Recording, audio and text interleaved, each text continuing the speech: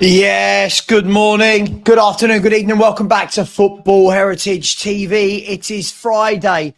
The transfer window has been open for 4 days now. 16, 17, 18, 19, 5 days now. And like many of you, I'm desperate to see when is that first conversation going to happen. And I don't mean are we after Calamundo? Are we after Eze? Are we after Semenyo? I've heard links. When are we going to get the official Spurs are in talks? Stanley has joined and is being a little bit Stanley-like, should we say. So apologies if you hear some noise. When are we going to see this? When are we going to see this? We know we're going to spend. There's no doubt of that. There's no doubt about that at all, is there? We know we're going to spend. Hair messy, by the way, as well. It is haircut day. We know we're going to spend big. We always do spend quite a lot. Even last year, we spent the best part of £150 million. But I guess the question that everyone wants to know is, what are we going to be spending it on this year? What are we going to do? I don't know. We keep hearing lots of talk every day. I'm sure you're like me. We're on all the social sites, flicking through what's Romano said, what's Plettenberg said, Ornstein, Ben Jacobs, Sasha Tavalieri. We're looking through going, right, who have we bid for? What have we done? And as of yet, it's been very, very slow.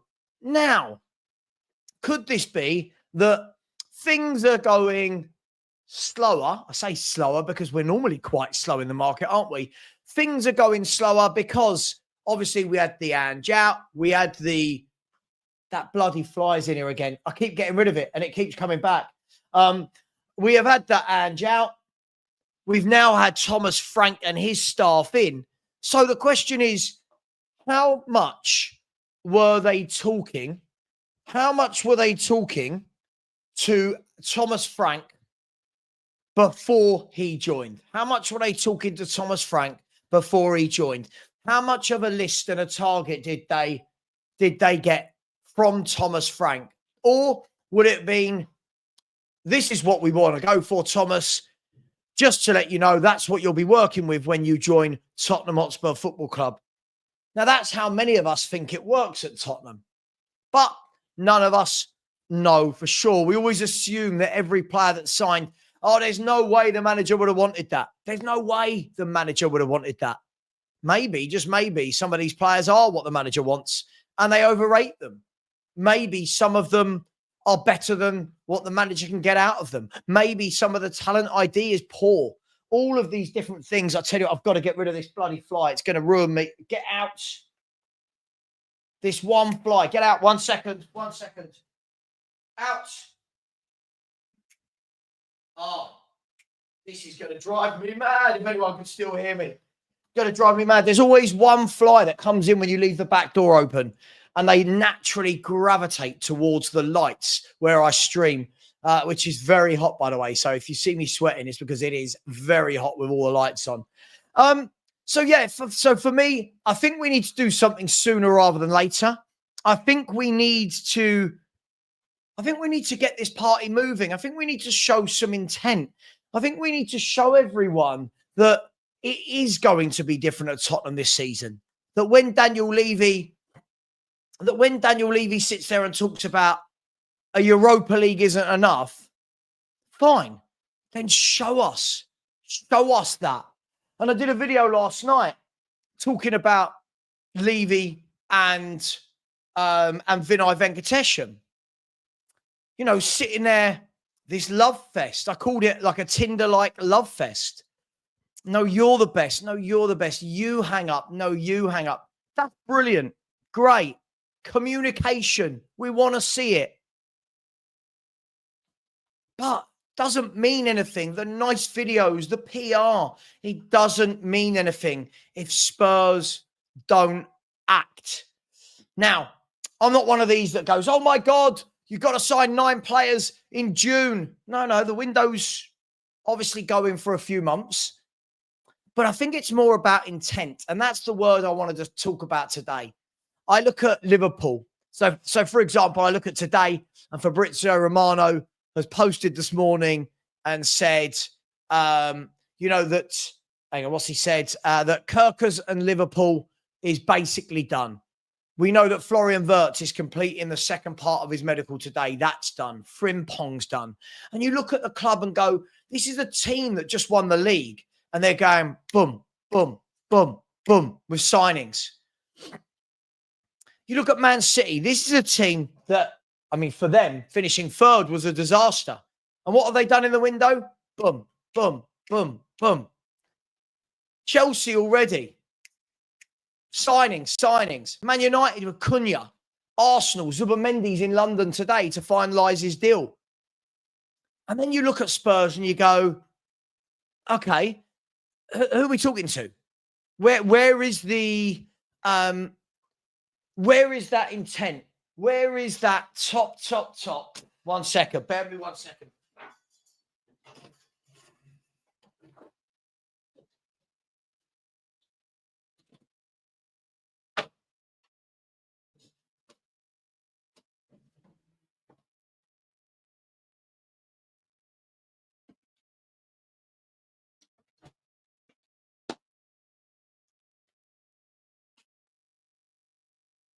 Bear with me. This thing is driving me crazy. Honestly, it's absolutely driving me nuts.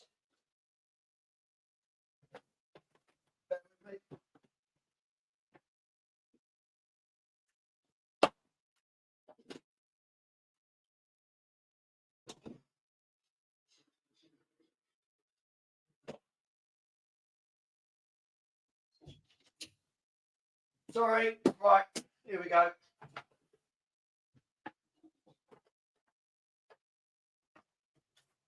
Sorry, guys. Just driving me utterly mental.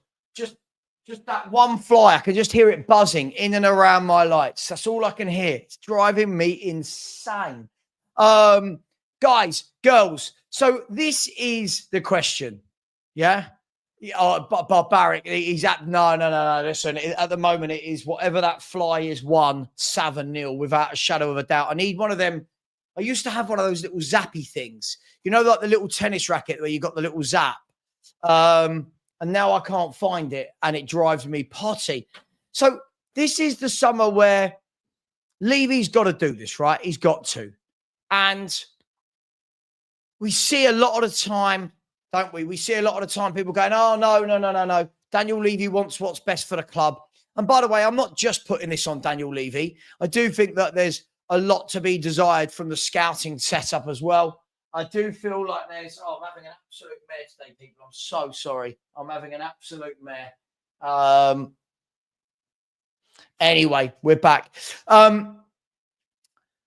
do feel that there's a lot that needs to go onto the shoulders of the scouts as well, right? The directors of football. There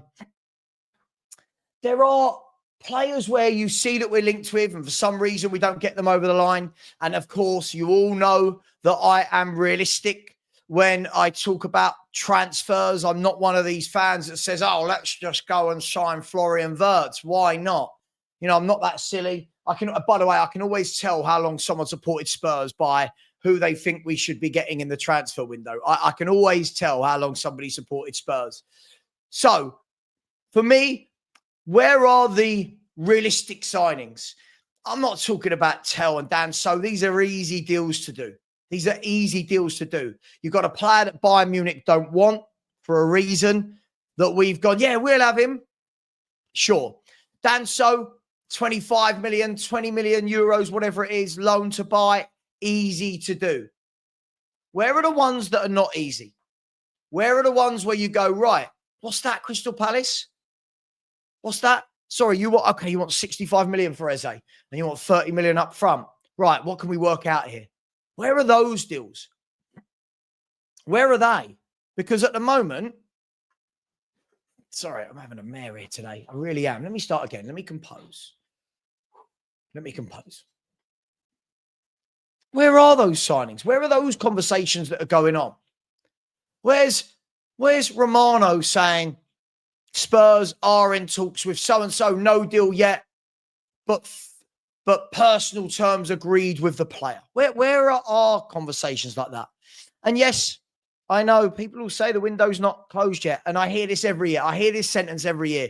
And the window's not closed. Then when we get to the end of the window, people go, oh, we didn't do what we needed to. It's like, well, yeah, you've been telling me off for that all summer. So where are those deals from Levy? Where are those deals from Lang? And at the moment, I say Lang because Paratici's not back in yet.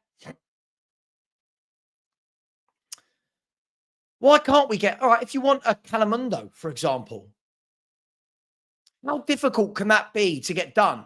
He plays for Rennes. He's worth 30 to 35 million euros. Why can't we? Why can't we be getting these deals done like that? The thing is as well, have you noticed? There's no one leaving either. Have you noticed? Like, I look at other clubs every day. You go on to, as I said, Ornstein, Romano, all these. You see, Garnacho's in talks with these people. Rashford's in talk with these people. You know, Darwin Núñez is in talk with these people. This person's in talks there. Thomas Partey's leaving Arsenal. This person's leaving. You look at Spurs, no one's leaving. At the moment, nothing's happening. Like, when is going to be that summer where we go, boom, oh my God, Spurs mean business, we're in. Where is that going to happen? Let me do some good mornings, by the way. Sorry, how very rude of me. I went on a rant and then we've had the issue with the chair and the issue with the fly and all that good stuff that's going on. Big up to Marios. How you doing, bro? Yeah, listen, my man Messi. Think people in here the other night. God, you think the way they talked about Messi the other night as though he was bloody Brennan Johnson. Another superb free kick. The best free kick taker I've ever seen, Lionel Messi. Just putting it out there. Big up to Finn Rickwood. How you doing, brother? Big up to Mark Taylor. How are you? Channel member. Scott Colliver. MS3 inside the house. Good morning to Tony Rodriguez. Another channel member. Bourbon Buzzard. And by the way, thank you to everybody yesterday. You helped me get over the 18,600 mark. So if anyone would like to subscribe, there is the link. I'll pin it as always as we now push towards the 19,000. And once we get there, we'll hopefully be able to get towards the 20,000. There is a poll as well, which is about how much money are Spurs going to spend from this point. Not with Tell, not with Danso. Your options are 50 million, 51 to 100 million, 101 to 200 million, or 201 million plus. At the moment, 44% of the 212 votes have said 101 to 200 million. 11% think that 201 million plus. So 11% think that we're going to have a big summer. Big up to you, Bourbon Bozard. Thank you very much for all your support. Thank you to everybody. I really do appreciate you all. Big up to Rick Kane inside the house. Aussie Frank Lover, Adise, Phil Marshall. Come on, you Pers, who's a channel member. George inside the house. Gerald Goldsmith, big up to you. Big up to Wayne Jackson, William McKenzie. Sam City has said, new sub from Never a Foul. Welcome to the channel. As a City fan, I appreciate you talking sense when some others just hate on us. Look, I just think we're in this era now where, like, people hear from Man City, 115 charges, right? So now all they do is go, oh, cheats, oh, 115 charges. And it's sort of like there's no nuance in football conversation anymore, Sam. I feel like there's no, if you turn around and go, I like this player, but X, Y, Z, people go, oh, you hate him. Why are you shitting on him? Look how many people in my own chat, Sam, when I talk about Romero, they go, why do you hate him? I don't hate him. I just don't wax lyrical about him like many others do. And unfortunately, that's the era of football we're in. That's the era of football we're in. Look how many of these channels were crying when Angepostecoglou left. Look how many of them now going, oh, Thomas Frank, look how well he's going to do. Like, this is the era we're in. Opinions aren't stuck to. Everybody just wants to go absolutely crazy with everything. Good morning to Ben Bryant. Queen Ellie Madders. She's changed her name. Queen Ellie Madders, big up to you. Hope you're well, Ellie. Dean Law inside the house. Rob Belcher. Who else we got in here? We have got Tottenham Till I Die. Emma Morton is here as well. Michelle Lawrence. Good morning, Michelle. Good morning. Good morning. Good morning, Michelle. Are you the Michelle that came on to my channel the other week? I think you were. Let me know if you want to come on. You're always welcome on for a chat. If it is you, I thought you came across brilliantly. So let me know if you want to come on and chat Spurs with me. You're more than welcome. Andrew Owino, big up to you. Big up Savva. Big up to you, Andrew. Emma Morton with a super sticker. Maybe she's starting a super sticker train. Fun fact, if everyone's stuck in £1 right now, we'd have £400 in 1 minute. Big up to you, Emma. Thank you very much for your support. Thank you for all your generosity. Thank you and good morning. Sit back, enjoy. We might have Lubo joining us in a little bit as well. He'll be able to tell us how much he loves Daniel Levy and hates Archie Gray. Maybe I got that the wrong way around. Maybe I did that on purpose. Big up to Finn. I hope you're well. Yeah, the Embuemo thing, it's crazy, isn't it? It just feels like it's died, doesn't it? It was like Embuemo's going Man United. Then, Thomas Frank. Thomas Frank joined Spurs. So is Embuemo. That's died a death. I'm guessing you'll still get him. I really will. Big up to 164 Spurs. There's my man Paul, another channel member. So good morning, Savva. I personally think we are going for our targets, but can be a typical Spurs. All these links and then a signing out of nowhere. Yeah, listen, Paul, I don't doubt it, my man. I don't doubt it. I think at some point we'll wake up and go, oh, didn't see that. And that's fine. But I don't care if it's not mainstream being talked about. I just want something to happen. I want something for us to get excited about. Good morning to Robert Bullmore. Good morning to Kip. Arsenal just a spicy Spurs. Elvis Gecki inside the house. John is fearing for us this window. He's fearing for us thus. I fear this window. By the way, if anyone's got Sky Sports News on, they are about to show the Lionel Messi free kick. Great goal. The first goal as well for Inter Miami was a fantastic goal. And then the Lionel Messi free kick, as I said, best free kick taker I've ever seen. Good morning to the Aussie Frank Lover, who's also continued the super sticker train. All aboard the super sticker train. Choo choo. Big up to you. Hope you are well. Hang on. Dan E is awake. He's just finishing his coffee. Let me send that to him. He can have it as well. Lubo's just messaged me. The comedy store is calling. Not. I knew he was watching me. All aboard. Welcome to the comedy show. Big up to Shemtan, to Steph, Leo. There's loads of you in here. Andy Lester, another channel member. Good morning to you. Good morning. And good morning to Faz. Said, who would be at the top of your transfer target if you wanted to choose? I think from an attacking perspective would be Eze. By the way, Lionel Messi is now the top goal scorer in FIFA competitions. Years 20, tournaments 10, goals 25. There you go. Lionel. Don't worry, though. Not as good as those other people. Big up to each and every one of you. Eze from an attacking perspective, Faz. And I don't know, I feel like we need a Norgard, a Paulinho. I feel like we need somebody of that ilk that can go into midfield and just calm things down. We'll see. Yeah. Patrick Duffy said, yes, Savva, I watched your video. You nailed it. Teenagers no good for what's ahead. Yeah, listen, I've got nothing wrong with what a film, by the way. Showing your age there. You're showing your age there. If anyone hasn't seen The Fly, which is Jeff Goldblum, what a weird but great film that is. You know, where he turns, that is weird and creepy, but I loved it growing up. Mario said we got Tell. Oh, yeah, we did. Anyway, let's see what Frank can do with him, but I think we need better. Mate, Dan, honestly, I can hear it buzzing. He's waiting to go. And the problem is, as I said, like, look, if I show you guys this, like right now, look, so straight away to the side of me, you can see I've got like two massive lights there.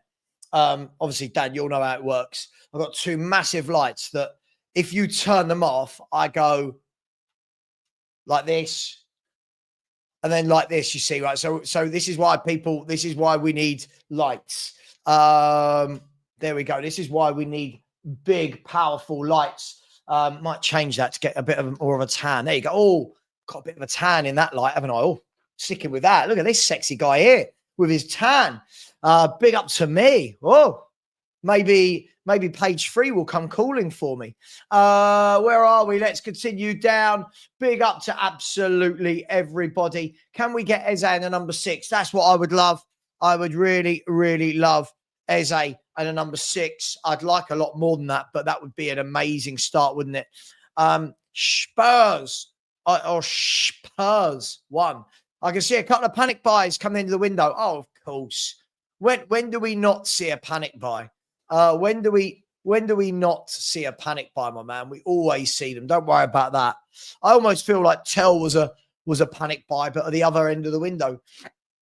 And Aussie has said we need to get Ivan Toney. I would take Ivan Toney. Can't see it happening at all. Michelle said I hadn't heard of Arnel Calamundo till you mentioned him a couple of days ago. I'll tell you what, the player you want to look out for, it's the guy that Sean and Lubo put me onto. The midfielder for Bruges, and his name's going to escape me. Why can't I remember his name? Hang on, I should be able to remember his name. Arden Jashari. Right, I'll tell you what. Wow. This guy. Wow. Wow. Just go and watch him. Just go and watch Arden Jashari. Milan have just tried to sign him and didn't pay the 40 million euros for him. Go and watch him. I can't take credit for finding this guy. Sean put me onto him yesterday. Then Lubo tried to take the credit that he put Sean onto him. Anyway, go and have a look at Arden Jashari for anyone that hasn't seen him play. Wow. I would buy him in a heartbeat. I would buy him in an absolute heartbeat. Absolute heartbeat, Arden Jashari. Let me know if any of you have seen of him, heard of him. He is the midfielder for me. Absolute brilliant footballer. Messi's my guy. Messi's my guy. I just watched Messi just doing it for 20 years. Just the volume of them. I wonder if there's a way of finding out who has scored the most free kicks in football history. I wonder if we could see. I don't know if there's somebody out there might be able to find it.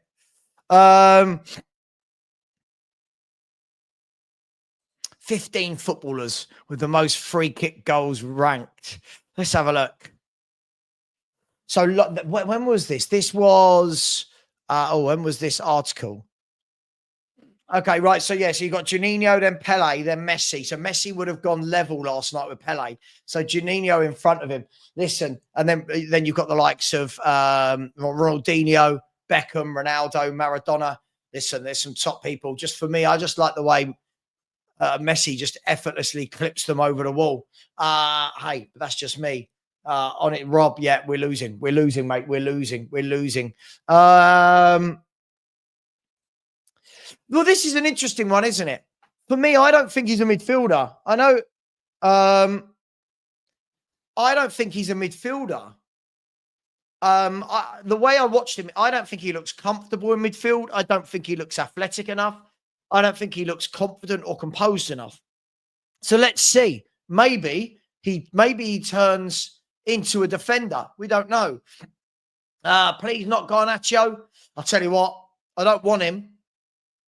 But I would have had him over Matisse Tell all day, every day. He's superior to me, Matisse Tell as a footballer. Let me see. Oh, we've got some super stickers, have we? Sam,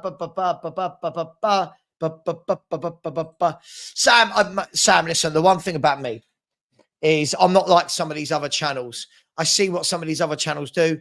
They find out what's popular amongst the fan base. That's what they then stream on. I like it. I get it. I understand it.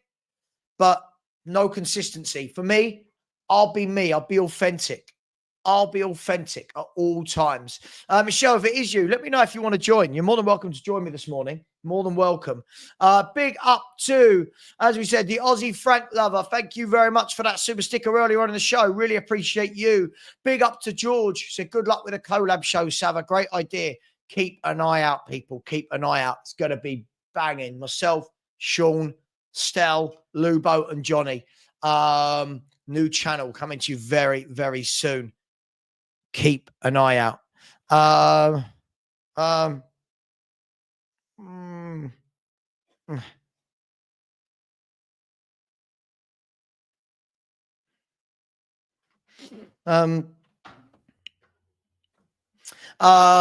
Big up to you, George. Thank you very much. Thank you.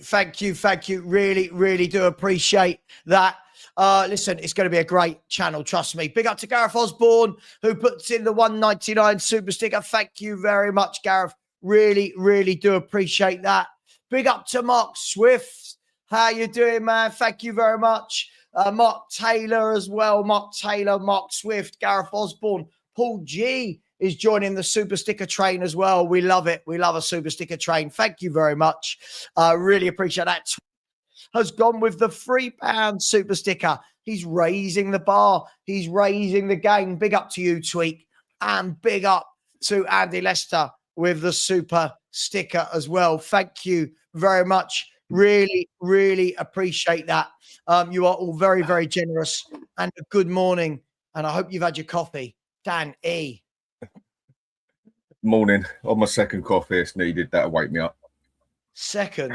I tell you, it's terrible to sleep in this weather. Horrid. I'm getting about 4 hours sleep to go at the moment. It's horrendous. Yeah, and it's the dogs as well. The dogs struggle in this weather with the sleep. So I've got the cool mat and the fan and everything that's going on.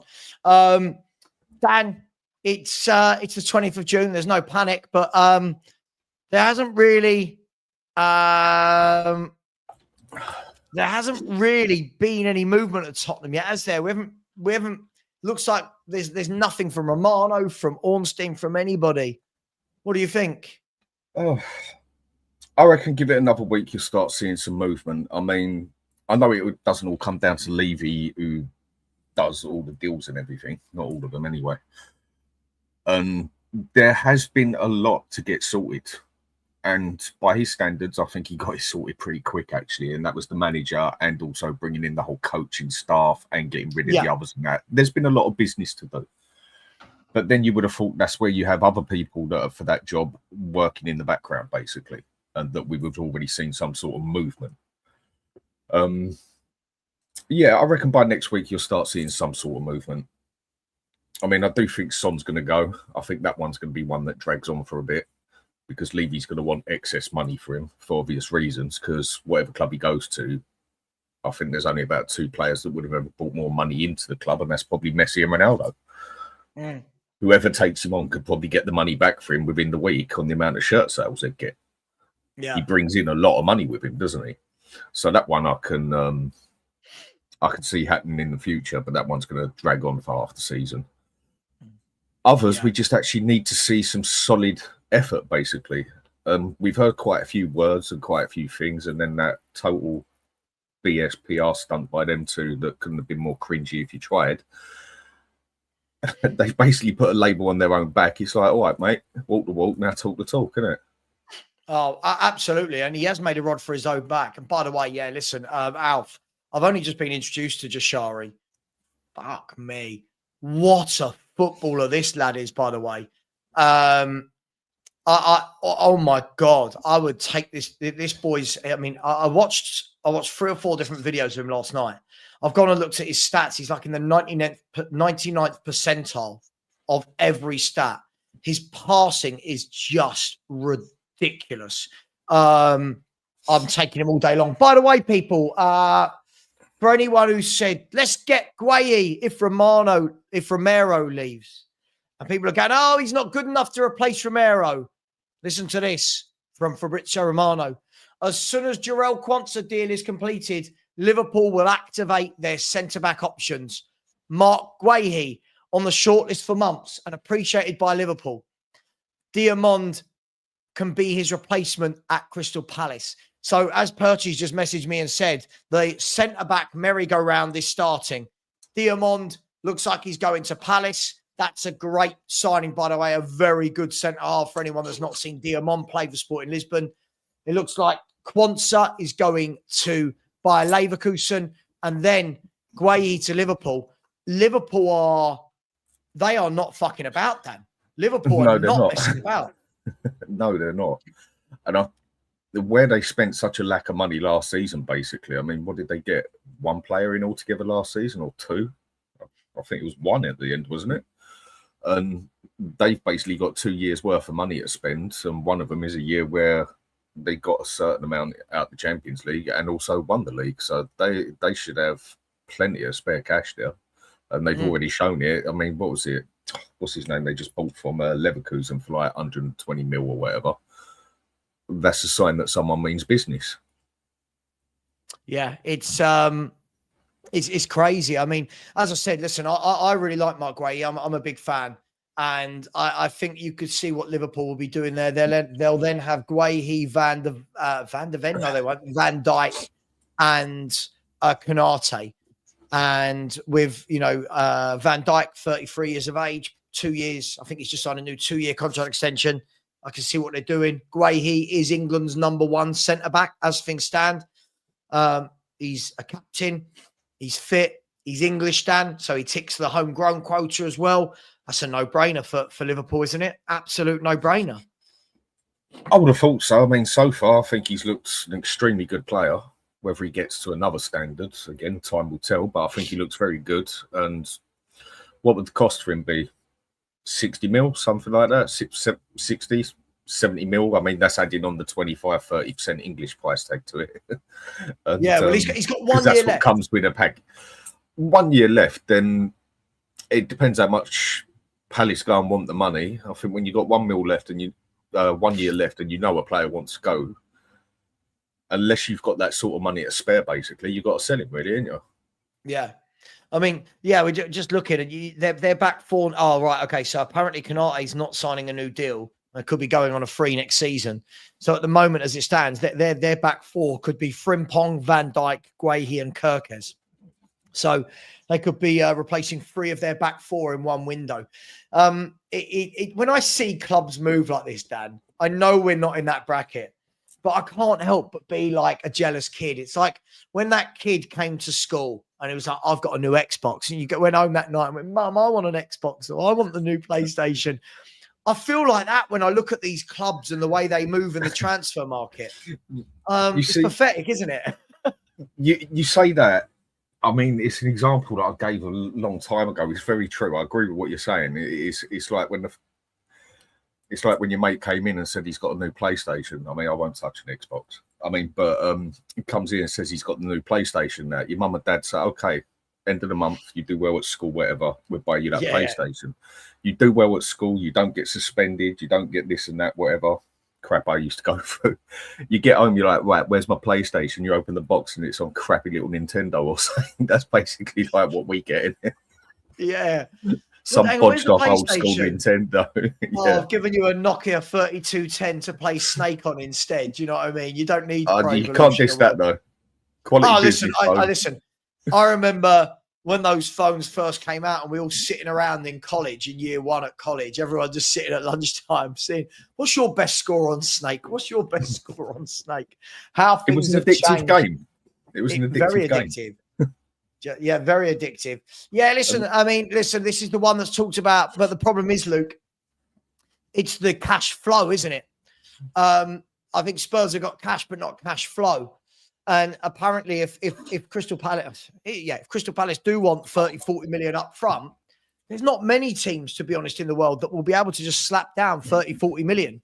And it's not Daniel Levy's MO, is it? To go and slap 30-40 million down and pay the last 20 million installments. But I agree with you. I'd love to see Eze. Dan, this name is mentioned every day by every fan. Are we all just deluding ourselves here that this could happen? I think it depends what angle you come from on it. I mean, technically, for me, he's a good player, very good player. Do I think he's a quality player or nothing in that? I think he's still got a level or two he can go up. But I think he's one of those players at that stage where he can look at Tottenham and us finishing 17th wouldn't necessarily hold him back from coming here. Agreed. I think he's one of the ones that, because we're in the Champions League, would be more of an attraction to him. Because, I mean, how old is he now? What, 2026? 26? I'll have a look. One Something second. like that. And he hasn't been in the Champions League or nothing yet. I don't see no other bigger or big clubs going for him because I don't think none of the other top four really need a player in that position as such. So his best chance of seeing some Champions League football in the near future would be coming to Spurs. And obviously a new manager, new system, Levy talking his BS and whatever and that. I think he's the sort of player that would actually look at us and take us seriously in the aspect of, even if he came to us and tried using us as a stepping stone, basically. And the Champions League would attract him and 17th wouldn't necessarily deter him as such. So I think he's one we could definitely go for. Same as Mboeme, same as the other fella from Bournemouth.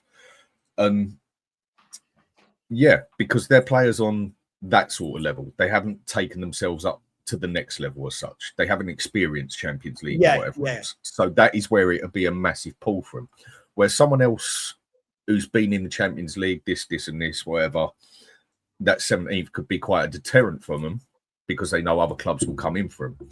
I just don't see any they're not used to operating at that level, are they, those players? They're not used to that. Yeah.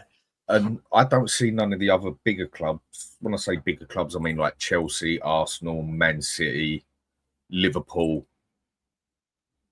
I don't actually see any of them that actually need an Eze. I know he'd be handy to have in any team, but out of any of them, does he get in anyone's first team?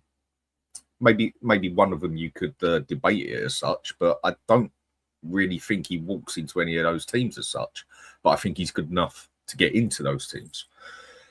Whereas with Spurs, he'd literally turn up and there you go. He's in the 11. He's playing in the Champions League. And that's that basically. So if we actually was serious about him, I do think he is a player we could take very seriously and get him. It's just, will we do it? That's more the question. And it's the money they want up front as well, isn't it? Yeah, I think that's it. And the thing is, I think, we're seeing his name a lot from Spurs fans, but not really from any credible sources.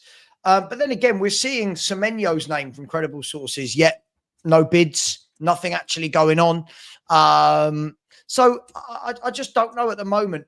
What I don't want to do, I don't want to be this club that, when there's 4 weeks of the window left to go and our fan base start using the window ain't shut yet. I don't want that. I want us to go to pre-season tour with 3 or 4 first team players playing. Do you know what I mean?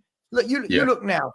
The other night in the World Club Cup, Man City, you've got Rayan Cherki and Reinders straight into the team. So they're going to have a full summer. They're going to have a full tournament, full pre-season, playing with their mates, so to speak. Right? Chelsea, Liam Delap's already, come off the bench for Chelsea in pre-season in the tournament. Liverpool, all these people are in, ready to go. We're just going to be sort of splitting, farting about. And then people say, as long as we get them in by the last day, that's fine, Dan.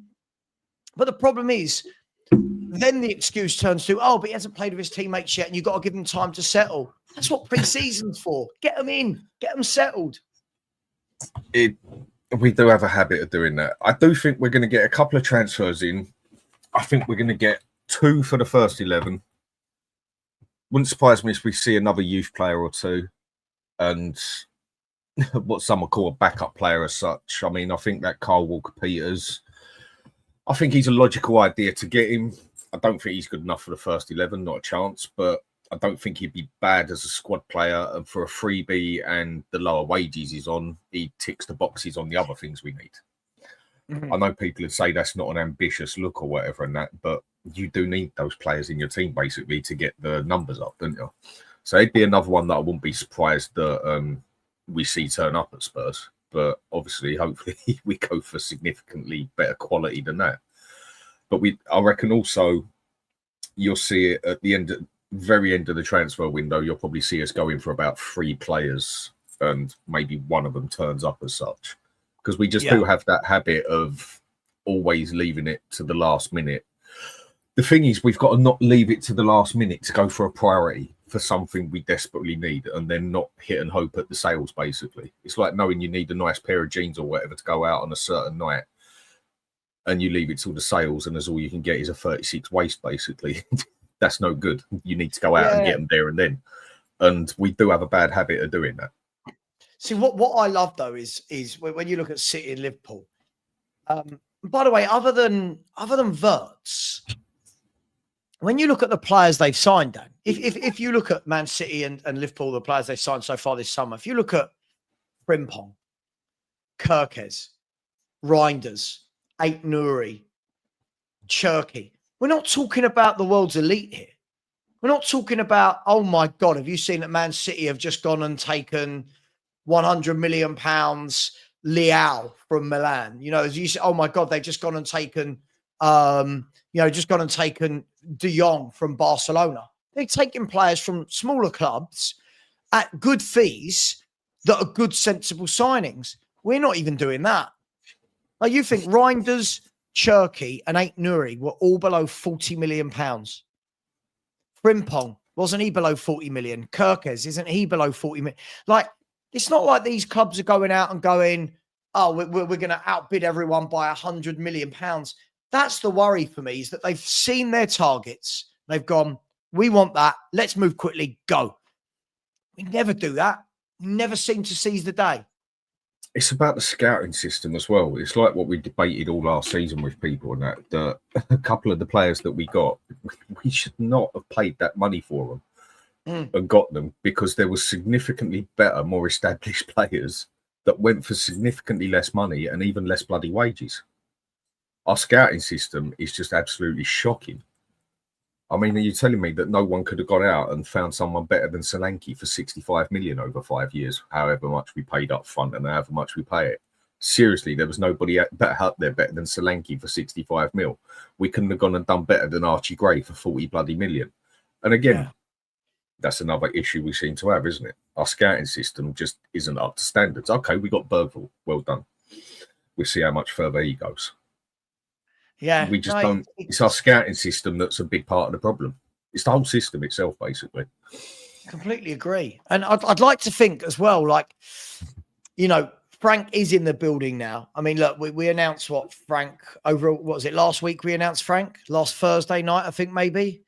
So he's been manager for 8 days. We know he's had a holiday, but we now know he's at Tottenham Hotspur. A good video of him being shown around the training ground. And by the way, it looks like a luxury 10-star resort, doesn't it? The Spurs training ground. It doesn't actually look like a football training ground, but he's there. I would like to think, Dan, that we were talking to him beforehand about which players do you want to go after. I would like to think that in the background right now, we are talking to footballers, but I don't know. I just, as the days go on, I don't know, you call it Spursy, but that pessimism creeps into me of nothing's changing. That pessimism creeps into me. You know, the way I heard Frank talking about Solanke, Bentancur made me think, are we getting a new midfielder? Are we getting a new striker? Do you know what I mean? I don't know. I just feel like that pessimistic side is starting to creep back in to me. Sorry. I mean, I know some don't like it and whatever, but for me, this one's one, deal with it. Spursy is a name we're never going to lose. Spursy is a name in 100 years we will still have. If we go and win the league straight for the next 5 years and then, I don't know, absolutely cock it up on the 6th year or whatever, the name Spursy will still be slammed on it. Mud sticks. It don't disappear. People don't forget the bad stuff like that. We will never, ever lose that name Spursy. We make a cock up on a transfer window or this or that. So Spursy. It's the name we've got now. It's never going to be lost. So I think some people just need to deal with that one. But you're right. Yeah. You're right on what you're saying with it. It's okay. You want to see progress now. We've sorted out the manager, and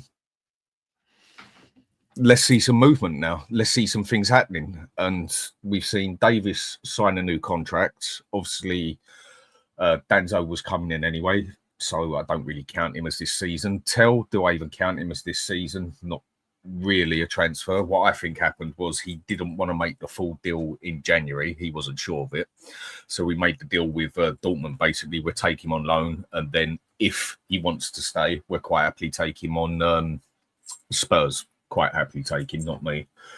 Quite happily take him at the end of the season. And I think Tell made the decision of, well, if I go back to Munich, I'm just not going to see the football. If I stay at Spurs, I've got a chance of seeing the football, and decided, okay, I'm going to stay at Spurs, and then the deal was wrapped up. I think that deal was basically all down to the player himself. I think the deal itself was done in January, but it was down to the player at the end of the season to say yes or no, basically. So I think they were deals that was already done last season. There's a lot of reports saying, though, that there was an obligation depending on the number of appearances he made and depending on how Spurs did in Europe. So that would make sense as well. But as you said, I'm with you, Dan, on this. I don't count him as a summer signing. I count that as Lubo keeps saying this. This is transfer business that is rolling over from last season. I don't see that as a summer signing. I don't go, oh my God, we've already made moves. I don't count that money or the Danso money. Apparently, that was all from the January budget. So we move forward. Lots of people in the chat now talking about Solanke. I'm seeing Solanke is actually, before we go on to that. Hello, Stewie. Hello, mate. Coming to get away from the puppy. He's going to come and sit with Daddy and talk about Spurs. Big up to Paul Watkins, who has gifted a Football Heritage TV membership. Thank you, Paul. Very, very generous indeed. If I'm not wrong, I might be. I'm pretty sure that I saw Free the Right Side get given this membership. So thank you very much, Paul. Appreciate that. The next channel member-only show will be the beginning of next week. Apologies. I was going to do one this week, but something got in the way. So we will have one next week. And if anyone hasn't joined the member-only shows, it's just a good chance to chill, relax, have a football chat, come on screen and not worry about the internet seeing what you've said. It doesn't get released. I've got no way of releasing it. I said it as a members only show. It's completely safe between us and the members. No one can clip it. So no, anything you say will never, ever be released to the public. So thank you very much, Paul, and welcome Free the Right Side. And big up to Andrew Kiddle. Big up, Andrew, who's just become a YouTube member. Big up to you, Andrew. So everything I just said there applies to you as well with the member-only shows. Thank you very much, my man. I really appreciate it. And I will always give my members, their comments will always get priority over everybody else's as well. So thank you very much. Thank you to everyone that's subscribed. We are now flying towards the 19K. Please like and subscribe this show right now, guys and girls. I'm not going to lie to you. There's 515 of you in here and 154 likes, which means we've not even got a third of you smashing that like button. And last but not least, subscribe to this man next to me. He's had 2 coffees this morning. Let's get him a few more subscribers. Someone, if one of my mods will be so kind to put his link in the chat, that would be absolutely amazing. And please vote for him. For me, most underrated YouTuber. For me, Dan, I'm going to blow smoke up your ass the same way Vinay and Levy were absolutely loving each other in that interview. You're on mute. You're on mute, by the way. Yes, so I could only watch 5 minutes of that, and I had to turn it off. I mean, I don't want to get too technical about it, but you just couldn't see where their hands were where they were talking, if you get what I mean. It was just that was just cringy. Yeah. I could only watch 5 minutes. No, you're the best. Like... No, you hang up. You hang up. Oh, you're the best with red wine. No, you're the best with red wine. It was even the tone of voice as well. It just totally just like, oh, go away. I've never seen Levy laugh so much. Wasn't he like a giggly schoolgirl on a first date, wasn't he? He was like, Vinay. It was just cringy. I'm cool with all that. If you put your money where your mouth is, I'm cool with all those videos. But just buy me some top footballers. Whatever turns you on at the end of the day. Let's, yeah, like the old Emmanuel films. If you know, you know. Let's the old Emmanuel films, Channel 5. I remember when that first came out. Solanke, this is an interesting one. Hang on. Oh, have I got big up, by the way, to Paul Watkins, not only giving out memberships, sticking in. Paul is restarting the super sticker train. Fun fact, if everyone stuck in 199 right now, we'd have £1,000 in 1 minute. Just a fun fact. Not saying you have to, but there you go. Paul, very generous. And I love that picture. It's a great picture in your thumbnail. Thank you very much, my man. And I'm really glad to have you as part of the Football Heritage TV family, so to speak. So big up to you. Dan, Solanke is someone that Thomas Frank singled out. I mean, I say singled out. He talked about 4 of the youngsters. He talked about Bentancur. He talked about Solanke. Do you expect to see Dominic Solanke as our centre forward next season?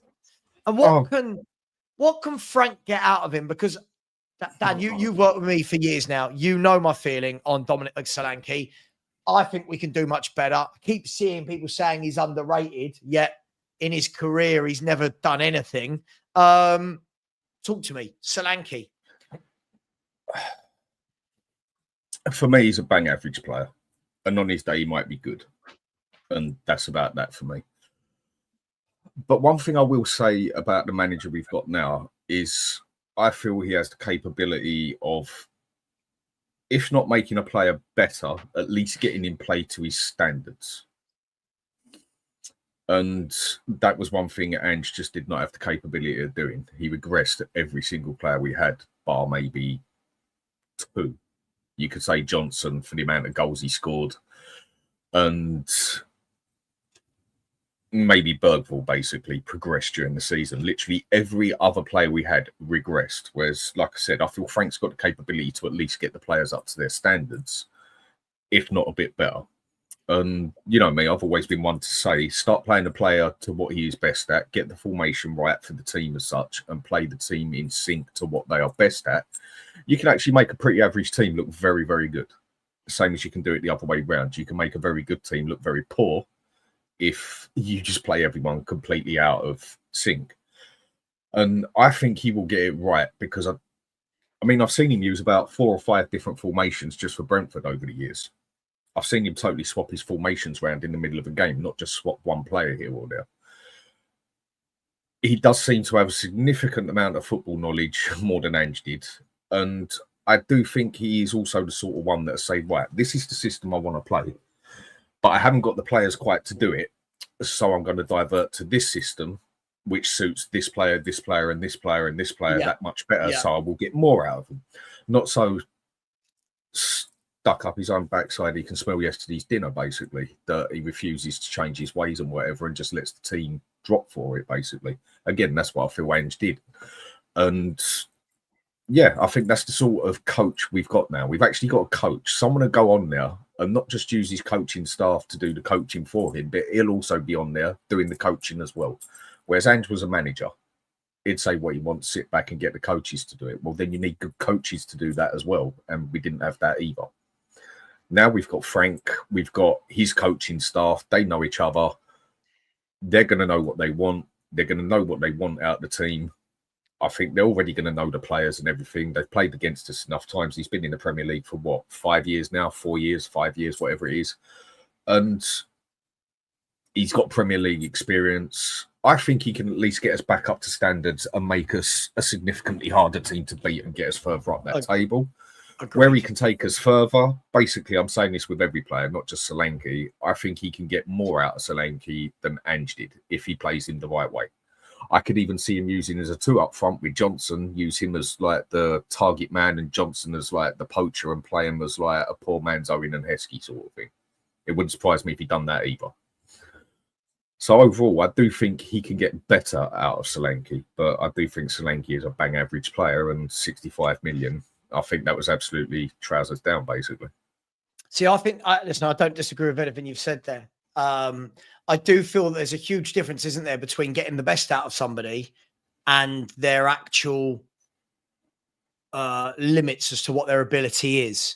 So, for example, I think I think a lot of people live in the moment, right? And I think a lot of people look at the season that Solanke had before joining us rather than his career as a whole. And for me, that body of work, his career as a whole, tells me what he is more than that one good year. So when I look down his career stats, I just kind of go, and listen, I don't want to be that guy, Dan. I don't want to be, stats. But as a centre forward, I need to know that you're scoring goals. And when I look at his career stats, the bulk of his goals have been in the Championship. He's had one good year in the Premier League at 19 goals, one good year. Last year, what I saw from him, okay, let me put it this way. Sorry, I'm rambling a little bit. If you're not scoring goals, Dan, I need to see what else are you? What are you if you're, for example, Bobby Firmino, right, at Liverpool. I wouldn't say Bobby Firmino is an out-and-out goal scorer. But Bobby Firmino was technically superb, linked up play, and was kind of that conduit between midfield and attack. When I watch Solanke and he's not scoring goals, the rest of his game is what underwhelms me, Dan. The hold-up play, his control, his first touch, his strength. For a guy who's, 6'2", maybe, 6'3", maybe I might be making him taller than he is. Again, I want to see him bodying people. I want to see him pushing defenders on the floor. And for me, I don't think I see enough in him that makes me go, that's the guy I want in a Champions League team up front. That's where I'm at with it. I could be wrong, Dan. I could be wrong. He might go and bang in 25-30 this year, and I sit back and go, fair play to you, lad. I just can't see it. No, I don't see him doing that either. I mean, he has had one solid season basically in the Premier League, hasn't he? Yeah, he has. One solid season, and I don't think last season you could say was a solid season for anybody. I think Ian does make a fair point on what he says as well, right? Is it even fair that we judge a majority of the players for the way they were told to play last season? Sure. Or is that just an excuse really to ignore some of them were actually pretty poor as well, basically? I think you can see more out of Solanke, but again, for me, he's an average player that you'll never see consistently 3 seasons on the trot where he gets 15, 20 goals. Yeah. Well, look, let's bring it up. Let's bring it up, Dan, right? And do you know what? I take Lubo's point, but I don't feel we can just apply that to everybody. And what I mean by that is there's a lot of these players that we've seen for years before Ange, right? There's a lot of these players that we've seen for years before Tottenham where we can judge them. So when I look down, look, I'll be honest. I'll ask you this question. If right now Spurs were linked to this, right, to this set of stats, right? So he's got 101 in 315, which at first you say, all right, that's not dreadful, 1 in 3. But then when you look at the bulk of those goals have been in the Championship and the Eredivisie, right? Now my mind changes. Do you know what I mean? Like, so I go, okay, 1 in 3, but the bulk of the goals haven't been in top level. So when I look at that, if I said to you, Dan, we're now going to go out and buy another striker with those stats at the age of, by the way, he's 28 in September. So when the new season starts, he's turning 28. Would you be excited for that? And look, we've only got Sean bloody Butler as well, haven't we? And Bugsy.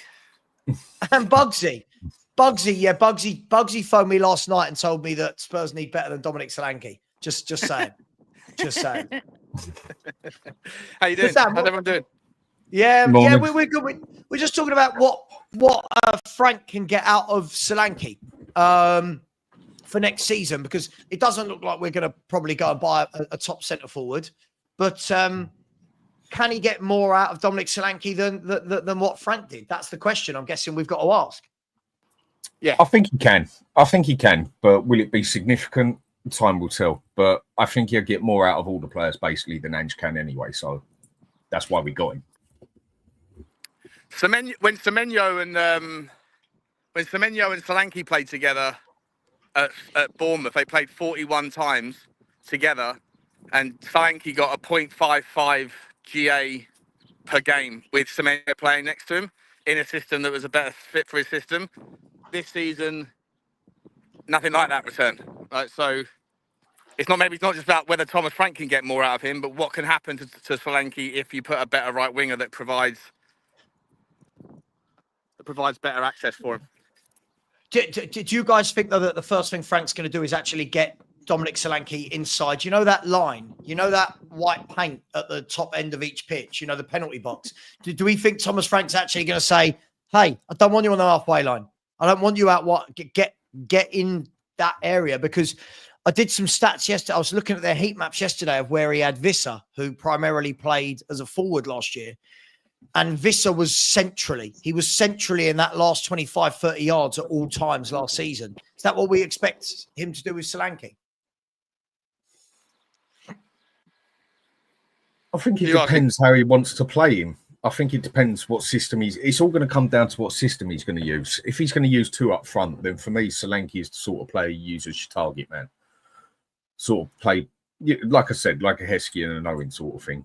But I can also see him just playing 1 up front as well and just basically telling him, you stay in or as close to that box as possible.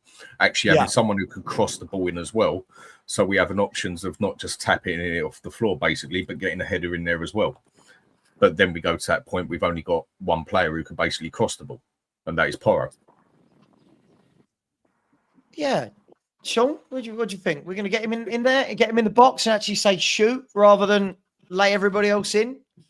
No, I think that we have to sort of also remember, right, that Richarlison last year was allowed to play to his strengths because his weaknesses would have entirely screwed up the system, right? So that when Richarlison played, the team structure was to basically accommodate Richarlison in the air because he's a bully and he's a bit of a chaos merchant, and he can get his head on the end of it. Solanke, I believe, was a victim of his own capability, in as much as because he could do a bit of the hard work, a little bit of the off-the-ball running, because he was willing to sacrifice his own efforts for the betterment of the team, then he was asked to do a lot of things. And I said 1,000 times, I think that a lot of his output is reflected in Brennan Johnson's numbers. So I think that depends on, to Dan's point, I think it depends on how he's used, obviously. But what I want to see is Solanke become a little bit more selfish, because you need a killer in the, up top, right? And I was saying this on a Lukey show last night, that to me, I'd almost make the argument that if you give me the option of a £70 million winger right now, or a £70 million striker, I'm probably picking the striker. Because if that £70 million striker is a killer who is selfish, who knows where the back of the net is, and just, you know, is going to get you 25 goals a season. Yeah. To me, I feel like that's what was missing last year, but primarily not because Solanke's not a good player, but because I think he's a little bit too willing to be a team player and do what's asked of him, even if that means that we're then abdicating his skill set into the value of other people that are just not that great. Like Johnson, like I say, massive beneficiary of that model, but he's not that good of a player, but his numbers make you think he's really good, right? But we saw that he isn't. He just was a benefit of what happened. So I'd rather see I think if Solanke's used a bit more to his own strengths and he has that selfish gene a little bit, I think that you'll see a much better version of him. And it doesn't really matter who the manager is for that. So I'm sure Thomas Frank can get the most out of him as long as he's used in the right way, because I think that Ange used him the wrong way. The best strikers have always been selfish, innit?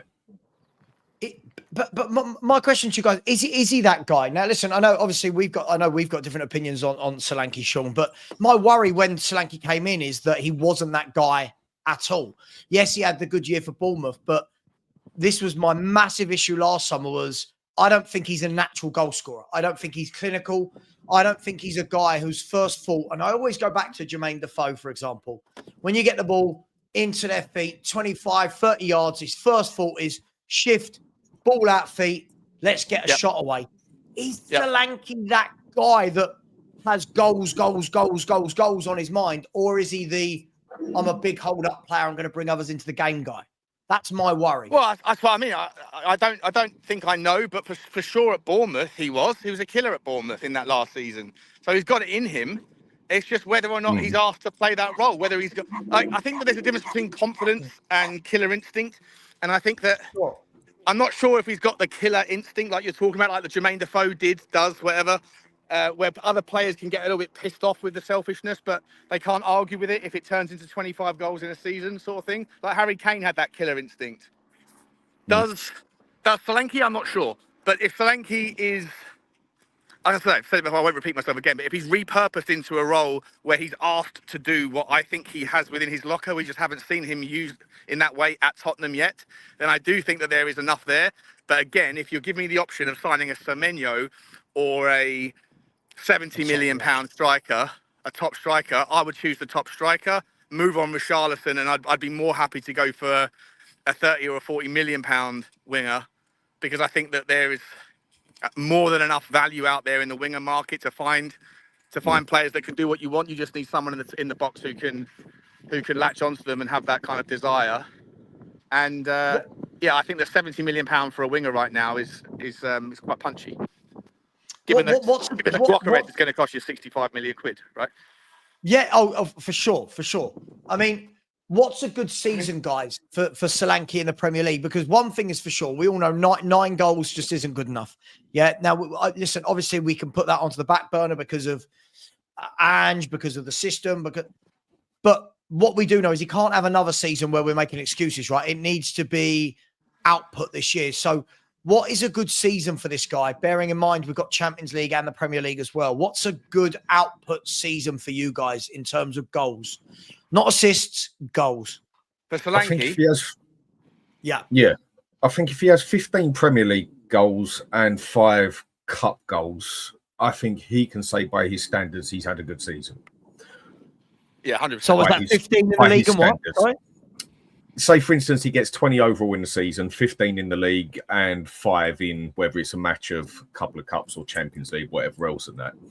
By his standards, I think he's had a good season. Obviously, I'd want a striker that could do better than that in the cups, but we're talking about Solanke standards here, basically.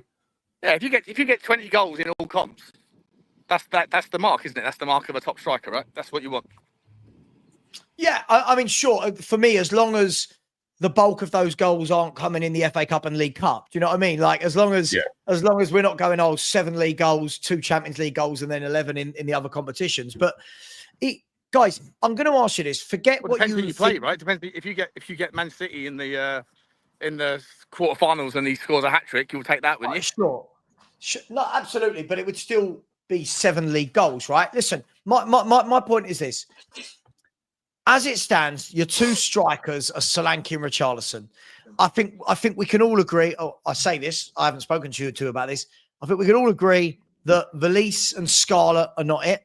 Valise and Scarlett are not good enough. 100%. I don't think Lancashire for me, not good enough. Couldn't get a game at West Brom.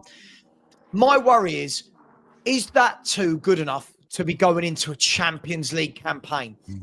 I.e., Solanke gets injured for 6 months. You now got Richarlison up front week in, week out in a Champions League campaign. Is that good enough? He'll probably be injured anyway before then, Richarlison. I mean, if you want to talk about someone who's got glass kneecaps and Weetabix for bloody ankles, there's your man, isn't it? So in that aspect, it'll probably be if Solanke goes out for 6 months, then we ain't got a striker because Richarlison will already be out. But that's the worry, isn't it, Dan? Neither of these guys are proven Champions League goal scorers. Neither of them have ever had great seasons domestically. Is it good enough? Is that what we got into the Champions League for? Well, Solanke got us into Solanke's output in the. I know it's Europa League's different, but in terms of European football, his first taste of European football didn't faze him. He got goals in the quarters, the semis. Both legs in the semis. And aren't 3 of his 5 goals penalties? 3 of his 5 Europa League goals are penalties, aren't they? Yeah, but that's 2 of them, I think. Is it 2 or 3? But he's still you make the same argument about Harry Kane. Like Harry Kane got probably 6 or 7 penalties a season, didn't he? I didn't rate him either, mate. I didn't rate him either. No, I just it's a joke. It's a joke. His first experience, Solanke's first experience of European football, he didn't shit the bed, right? I think he had a fairly good campaign, and he kicked in when it mattered towards the end. But yeah, I think Dan made a really good point there. I just think that both you can't rely on Richarlison because he's massively injury prone, and Solanke. You can't play 2 games a week and be at your best the entire season, even if you're not injured, because look at what happened to Decky, right? He just got burnt out by the end. He was everyone was calling him 4 lungs Decky in September and October. By January, I feel like he went on holiday and never came back. His second half of his season was just he blew himself out. Like it's a marathon, not a sprint. So you definitely need a third option. And I agree that Scarlett's not the guy. Lancashire, I don't know about Lancashire. I don't feel like I've seen enough of him, to be honest. So I liked what he did in the Galatasaray game. Nice little poacher's goal. Then he got a rush to the head, which is what happens when you're a kid, I guess.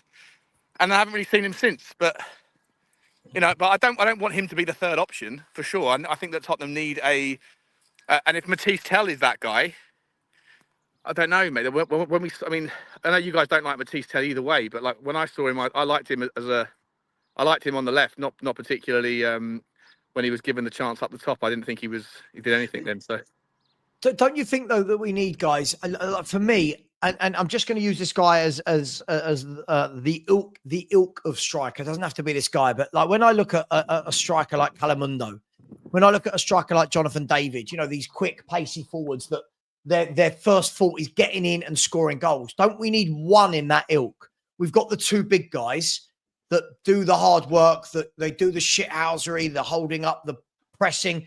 Don't we need one, though, that is just an out-and-out goal scorer that could play with one of those guys if we go to a two up top? Don't we need that? Do you think Johnson could actually be that player? I mean, you know, I do not rate him as an overall player, come love or money. I mean, like people say, he's got to be the quickest, slowest player I've ever seen.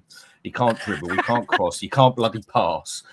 He gets knocked off the ball. That is all you got to do is blow a kiss at him, and he's laying on the floor half hurt. And I think he's an awful player. Is his footwork good enough? So, like for example, when I look at videos of this Calamundo, for example, I watch him. He's in the box. He's twisting in and out. His footwork's so quick that he's making defenders go this way, that way. I look at Brennan Johnson, and for me, this is the weakest part of his game, is his actual technical ability as a footballer. Plus, he's not strong. Plus, he can't hold a ball up. So, I get it. He is a good finisher, though. He can find the corner, can't he? He is. He is. That's what I'm saying, as like the little poacher in the box sort of thing. But I agree with your footwork. I mean, his footwork's that bad. He falls over his own feet most of the time. So, I just think he's an awful player. It's a strange one, Brennan Johnson, isn't it? He's got the knack. What he does, he's brilliant at. The problem is, the moment that is not happening in a game for 90 minutes, you're playing with 10 men, because it literally, you know, whenever I've seen him close up, I just look at him and go, oh my God, I've got mates down at Power League when I was, not now, I'm old now, but I've got mates at Power League who control the ball better. I reckon Lubo at his age is probably better. Hello, Lubo. Morning, guys. Morning. Are we okay? Morning. Yeah, we're just talking about the merits of what we need up front. Do we need something different to complement the big guys? Can Brennan Johnson be that striker in the box? Do we need something a bit more Jermaine Defoe-esque, a bit more poacher-like? That's what we're discussing. Well, if you're playing a 3-5-2 and you've got Porro further forward pinging those balls in, Johnson's going to get on the end of a few of those, isn't he? Sure. Playing it inside forward, working to the guy's strengths. It's not a bad shout. He's got to do a little bit more though for me. In a Thomas Frank system, you need to work as a team, because he likes to, you know, his sort of style of press is different. It's more like a hounding. Like when the opposition has the ball, they kind of attack in packs into corners and try to kind of, almost like an animal, like a pack of hyenas, kind of backing players into certain parts of the pitch, making it difficult for them to get out. In order for that to work, you need everyone like working on the trigger. And I just don't know if Brennan Johnson's like work ethic is there for that sort of thing. Johnson is your perfect striker for if you're playing FIFA, like Ange basically did. Get the ball up the side, do the sweaty ball across, and have someone tap it in. There's Johnson for you. Are we going to play that way under Frank? Hopefully not.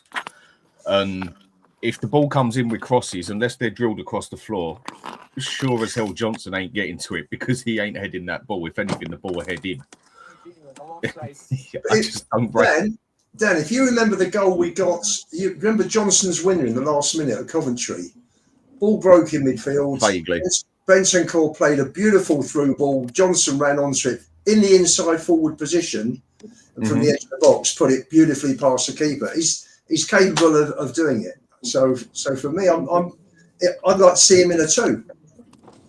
I think that is where, if you put Solanke and Johnson as a 2, like I said, for me that's a poor man's Heskey and Owen. I think you could see some goals out of them as such, but is that good enough for Champions League? Is someone of even half standards in the Champions League going to look at us and go, oh dear, we got Johnson and Solanke coming at us? I don't think so. See, for me, listen, I completely agree with you, Dan. I think that 2, if you said we're playing up front for Wolves, If they were playing up front for a Palace, I'd say that's a good strike force. I'm looking at all of our Champions League competitors, and they're not playing with Solanke and Brennan Johnson. None of them are buying Solankes and Johnsons. That's my worry here. I don't know. It just feels a bit lightweight to me. None of them are buying Solanke and Johnson under Ange, but would they? How would they feel about Solanke and Johnson under Frank? No, I think it's a different ball game altogether with a lot of these players. Seriously, Lubo, go on then. Name me one of those teams that are buying Solankes and Johnsons. You know, I'm just saying. Right now. Hang on. Let me finish. Arsenal right now are in talks with Benjamin Sesko and Gyökeres. Yeah. Man United are buying Cunha and Mbeumo. They're not even in the Champions League, right? Chelsea are looking at. Are they buying Mbeumo? Okay, but are in talks with Mbeumo. Okay. You know, semantics. Come on, they're in talks with Mbeumo. Chelsea are buying Delap for me, who is going to be better than both of those, and Nicholas Jackson for me is better than both of those. And they're looking at Hugo Ekitike as well. Newcastle have Alexander Isak up front. Liverpool are buying players up top in the ilk of Florian Wirtz, trying to get Isak. They've got players like Mo Salah, Diaz, Jota, right? Man City have got Erling Haaland up front, Marmoush. Are we really saying that these clubs would look at Brennan Johnson and Dominic Solanke? Lubo, really? Listen, is Sean's mate going to spend the money? That's the question. By the way, great show yesterday morning, Sean, on the finance one. Very good. Very good. I'd seriously, having listened to that show, Sean. What was that? You're definitely, sorry? Having listened to your show yesterday morning for 20 minutes, I think he's frozen. He's frozen. He's probably going into his. It looks like he lives in a country manor house, doesn't he? Lubo's giving you some praise, Sean. Lubo's giving you praise. Having heard. Can you hear me? Sean, your reception is awful. Your reception is awful. Okay. All right. I think he's going to probably jump off and jump back on. None of them, though. Lubo, my point's that none of those clubs. Look, Aston Villa have got Ollie Watkins up front, Morgan Rogers, right? They're not buying Solankes and Brennan Johnsons, mate. That's the difference. Surely we see that. Would you go for Rashford? Yeah, all day. I think he's so much better than what we've got, Lubo. I think Frank could get the best out of him, mate. I don't know about you. I think Frank could put his arm around him and say, I want you doing what Mbeumo and Vissa did for me last season. Well, I'd take him. I must say, so I've got high hopes for Solanke this year under Frank. I really think he'll be a different player. Honestly, sure. do. It's still underwhelming, isn't it? It's still like it doesn't scream Champions League and come on. I mean, listen, if I said to you right now, your front two is going to be, okay, Solanke and Rashford. Rashford's going to be your runner. Solanke's going to be your target man. I'll take that. Yeah, that's better than Solanke and Johnson. You know, yes. Rashford's proven over several years. Yeah.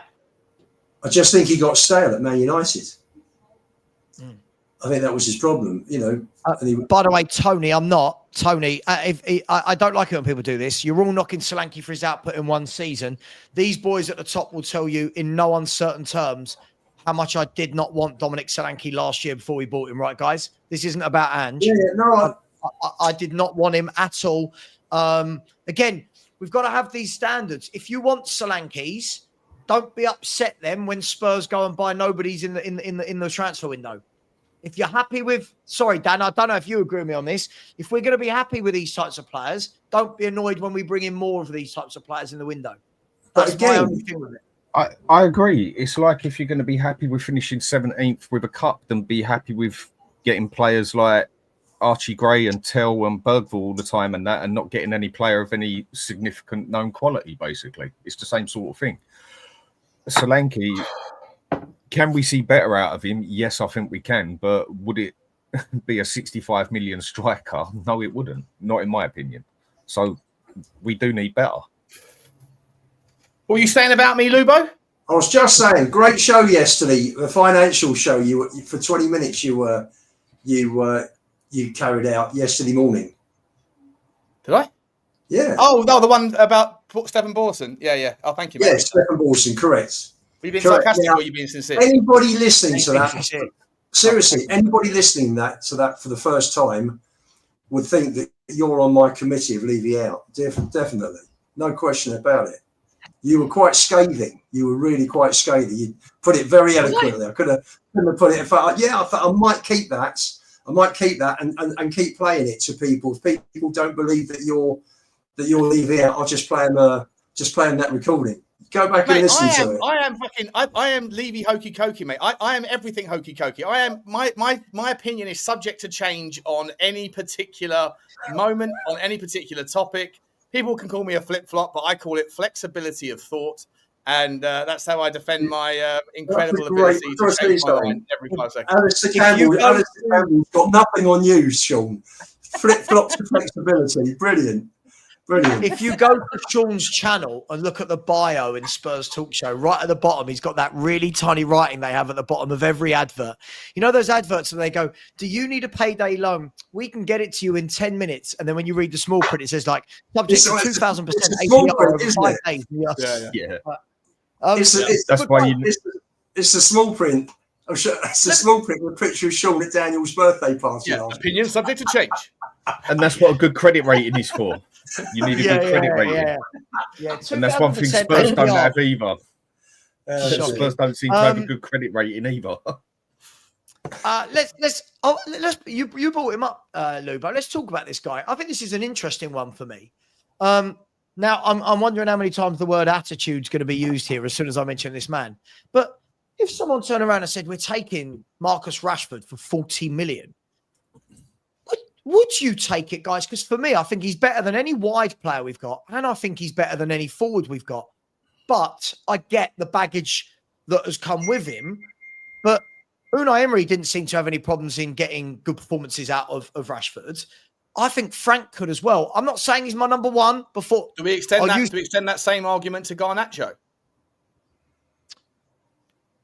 I would have, as I said to you the other day, Sean, I would have taken Garnacho over Tell all day, every day. I wouldn't have him now that we've also got as Tell. your number one. Yeah, fair enough. Yeah, that makes sense. But for me, the Rashford one, I think you've got a guy there that I think a lot of people don't like him more for things that are away from football than actual football. I'd take him over anything we've got right now. I don't think there's a single forward at our football club that can lace Rashford's boots when he's on it. When he's on it. Yeah, but come on. I mean, he's one of the most patchy players ever. He's he's more of a patchy goal scorer than Son, for God's sake. And that's not an insult to Son. And a few people now understand what I mean when I say Son was always a patchy goal scorer. He might score 20 in the season, but it'd be in a matter of 6 games he'll score, 6 games he won't, 5 games he'll score, 4 games he won't. He was a patchy goal scorer. Rashford is just a patchy player. You'll see 6 months out of him, and then you don't see him for nearly a year, and then you'll see another 6 months out of him, which is absolute quality, and then you don't see him again. And with what you're saying as well, for me, it's even more on the other side. I wouldn't touch him with a barge pole unless I smacked him around the head with it. Can't stand the player. I think he's such an arrogant bastard. He's unreal. He thought he was bigger than Man U, basically. I cannot stand him. But if he came to Spurs and goes scoring 20, 30 goals, I put my hands up and say, get on with it. I'm just chucking it out there because it feels like, I don't know if you guys understand when I say it feels like that is going to be a Spursy link. If ever I've seen one, this link will happen sooner rather than later. We would never pay his wages. Already happened. Pay his wages. I mean, what is he on? 300 and something at Man U? 325? 330. Yeah, that's just not going to happen. And for me, he's not even worth that sort of money. I mean, for 6 months, he's a great player. And then for a year or so, I don't think he'd do no favours for a dressing room. I just think he's just not good for a club as a whole as such. But on his day, he's a very good player. I'm not saying otherwise. But he's just someone who I can't stand the player. I don't want Tottenham to end up giving Man United a favour here. As much as I can see, I personally agree with you, Savva, about like Garnacho being the understudy / first teamer for someone else who might be injury prone, but on his day is lethal or whatever. But when you've gone in the direction, when you look at those players like Sancho and not just Sancho, sorry, Rashford and Garnacho, I think they do improve us. I genuinely do think they're better than what we have. But at the same time, when you see every player that Tottenham are linked with right now, so are United, like in every area of the pitch, everyone. United seems to be linked to absolutely everybody. And the bottom half transfer. But they're being entirely cop blocked by their own inability to shift on those three players: Sancho, Rashford, and Garnacho. So, like, as soon as they sell one of those three, which is going to be difficult because who's going to take on their wages and their salaries? But as soon as they sell one of those three, that's the reason why they can't pay the extra $5 million right now for Mbeumo.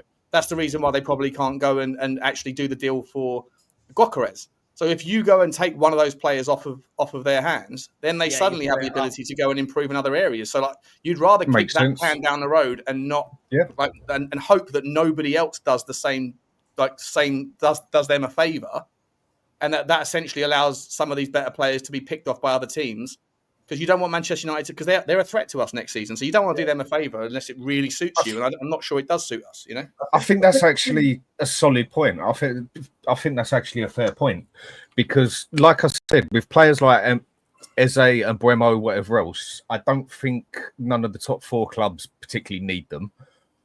I don't think Newcastle would say no to them, but I think Newcastle got other positions that they'd rather fill up instead of those sort of positions. And if we went and say even took Rashford on loan, you're then totally opening the space for Man U to come in, who are in the sort of situation we are, and except they need Champions League, but you're basically opening the door for them to go and get a significantly better player in to what they've already got. I think that's actually a solid point.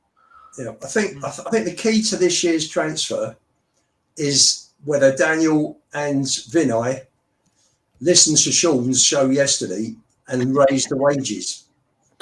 They got to get out of bed together first, didn't they? I think they got to listen. I hear this a lot. I think we should send that straight through to Daniel to listen to. I don't even remember the video, mate. I bet. What did I say that was so that you enjoyed so much?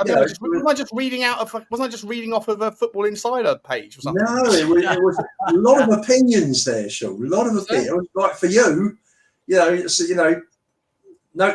splinters in your bum yesterday morning. That's for sure. It must have. I think it must have been good.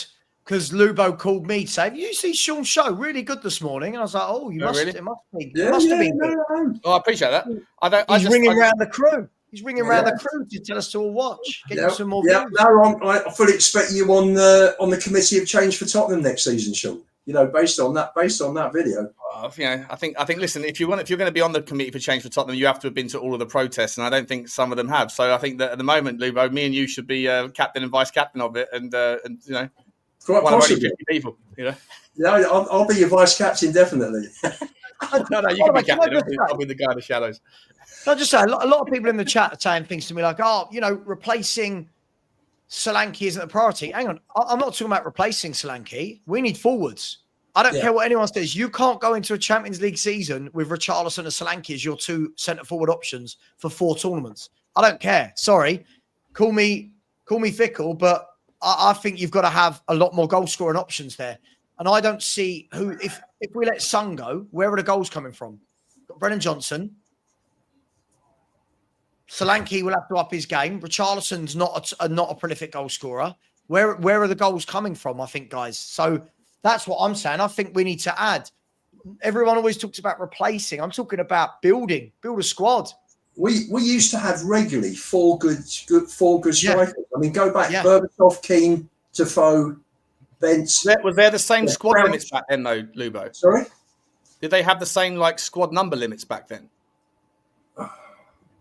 I can't remember if in the early 2000s when we had Berbatov and Defoe and Crouchy and all that. I can't remember if there was a 25-man squad limit. I don't think there was. That was also when I'd say 80% of teams played with 2 up front, so you would have 4 strikers there. That's been dead for a long time, done and dusted. What changed it was majority. Kane changed it. No, football changed it. Full stop. Majority of teams don't have two up front anymore. I mean, how many can you really name have played significantly with two up front? Is very few and far between, isn't it? Most play with one up front and then use the others as inside forwards, or one of them as an inside forward, the other as a wing or whatever. I'd say 95% of teams these days in the bigger leagues play with one striker up front, whereas back then it was two strikers up front. So you was obviously going to see at least 3 to 4 strikers at the squads. I mean, at the moment, strikers are that. I mean, at one stage, go back 20 odd years, there were strikers everywhere. There were quality strikers everywhere. But the one thing that it was really hard to get was a quality defender at the time. And things have just gone totally the opposite way round, where over the past few years, getting a quality, solid defender is extremely hard to do. I mean, striker is extremely hard to do. And defenders, there's plenty of them there for the taking, basically. It seems to have just gone the other way round. And a lot of it, again, is going to come down to the system we play. We don't know what system Frankie's going to use yet. But we do need that out-and-out prolific goal scorer, basically, because bar Maddison getting a couple in from midfield, I don't really think we have a midfielder that puts it in the back of the net regular. And where are the goals going to come from?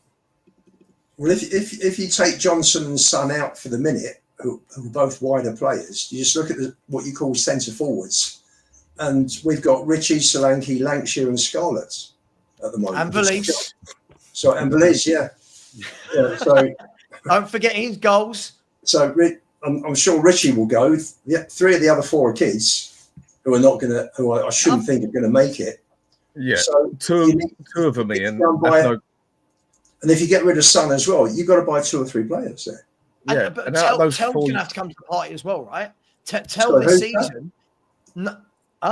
Sorry, I missed the first thing you said. Sorry. Tell is going to have to come to the party as well. There's going to be no excuses of him being young on loan. Tell's now a Spurs player. That guy's going to have to start contributing goals. Yeah. You know, Tell's going to have to grab goals. Solanke's going to have to grab goals. Brennan Johnson, Maddison, Kulusevski. I still think we need that Calamundo type. I'd take him, by the way, guys, at 30 million, 35 million euros. I'm taking him. He's a goal scorer.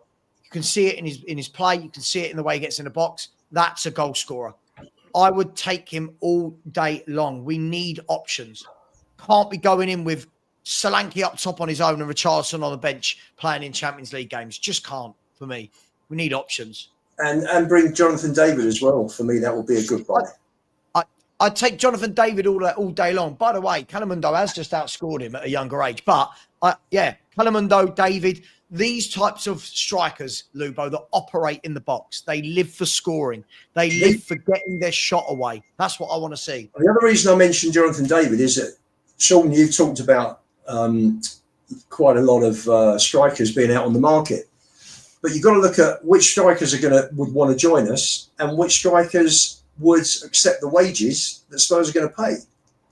So for me, Jonathan David probably fits that. You know, Sesko and Gyökeres you're not going to get. Do we pay that bad? Sorry? Do we pay that bad? I keep hearing that we can't sign any players because of our wages. I see teams in and around us don't seem to have any problems getting in better players paying lesser wages. So why do we always automatically just go to wages? Because people don't want to accept the fact that there's another massive clanger in our that's lacking in our locker of a draw, which is consistent likelihood of success, right? Like even if you offered 300, like not everybody's about the money, otherwise everybody would be in Saudi, right? So there's also the draw about going to about how likely am I to win the Champions League? How likely am I to win the Premier League title? And if Manchester City pick up the phone, you're going there because they won 4 of the last 5 Premier Leagues and they've won 50% of all the trophies that could be won in the last 10 years, right? So whatever the number is. So like we don't have that ability. Arsenal probably don't have that ability, even though they probably are very close to it. Like they can get most players they want. I'm sure some people would choose Liverpool or Man City above Arsenal because there's just a different pedigree. Manchester United are still living off of the brand that they built under Alex Ferguson. Chelsea are still living off of the brand that they built under the cheating of Roman Abramovich. So like there's a lot of byproduct benefits to success and there's a lot of byproduct negatives to failure to have lifted the trophy. And so I think that sometimes if you went after Sesko right now and said, we'll pay you 280 grand a week and we'll match your asking price, and he went, Arsenal are only going to pay me, or Liverpool are only going to pay me 240 plus a win bonus, he's not going to come to Tottenham because he's earning 30 grand more. So Exactly. like we need to shake hands with that until you bridge the gap in the trophies, and it can't be one trophy every 17 years. It can't even be one trophy every 10 years or every 5 years like it used to be at Tottenham. It needs to be like 2 or 3 trophies every 5 years, so that when players come here, they go, I'm coming to a team that I've got a really good chance of winning. And then I'll get the money, and also I'm living in London and the stadium and the blah, blah, blah, the Premier League and all that stuff. But success is probably the primary indicator for people at the very highest tier. And Tottenham can't attract those people for those reasons, not for money reasons. Sean, to your point, by the way, I just checked out the difference between Tottenham's salary per year and Newcastle's salary per year. If I said to you right now, who's 11 you taking, Tottenham's or Newcastle's? You're taking Newcastle's, right? They've got a much better team, much better players, much better balance. Newcastle pay £20 million a year less than we do in wages, right? Newcastle. I'm just using them as, I don't want to go to the Man Cities. It's pointless using Cities and Arsenal's as benchmarks. I'm just talking about the clubs in and around us. Villa pay 15 million more. So if you look at Spurs, Villa and Newcastle, who I would say were probably, yes, 17th was the anomaly this year, but we're probably in that bracket with those two clubs. Is that fair? I think we're in that bracket. Yeah. Right? How many of Newcastle do they actually pay significant wages though? Like over 100 grand basically. They pay they pay 6 players over 100 grand a week. We had 5 over 100 grand a week this year. Okay. Yeah, So I didn't know. it's That's why I asked. It's when I look at them. So I'm looking We're at in that Aston Villa, Newcastle, Tottenham are in that kind of in that 3 tier, and then everybody else is in that slight tier above us, I think, aren't they? Yeah, no, absolutely. But my point is this: whenever I hear we need to up our wages, listen, I get it. If you're going for a big player that says I will join you, but only if you give me 300 grand a week, cool. Daniel Levy, up the wages. But when I see that Spurs pay up to 200 grand a week, we've had, how much Romero's on, Maddison's on, Son was on, Werner's on. When I look at the footballers out there in the world that are earning less than 100 grand a week or less than 150 grand a week, why can't we get those players for the wages that we offer? I feel like it's a very lazy argument at times, right? When I look at the caliber of Mbuemo's and Vissa's and what the salary they've been put on. If I look at Newcastle, right? Newcastle right now, Tonali, right? Isak. These boys are on 120 grand a week. Bruno Guimaraes is on 160 grand a week. We paid more than that to Timo Werner. So when we're saying we can't get these players, I think this is more a scouting issue than it is a wages issue.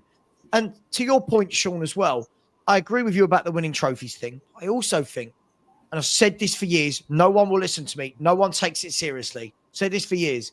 Top players do not look at Spurs and say, I want to join them over joining Arsenal, Liverpool, City, Man United. They don't. Chelsea, they don't. Because people go, oh, we've just won a trophy. Why would they join Man U over us? It's Man United. Unfortunately, I know that sounds wishy. It's Man United. Oh, we won a trophy. Why would people join Arsenal over us? But Arsenal have got a squad there that's ready to challenge for titles. Like Arsenal are finishing second in the Premier League every year. We're finishing 5th. So 8th, 5th. 17th. Top players aren't going to look at this and go, that's where I want to join. What we need to do, I feel, and I said this in my video last night, I sound like box office when I say that. I said it on Mr. Box Office TV.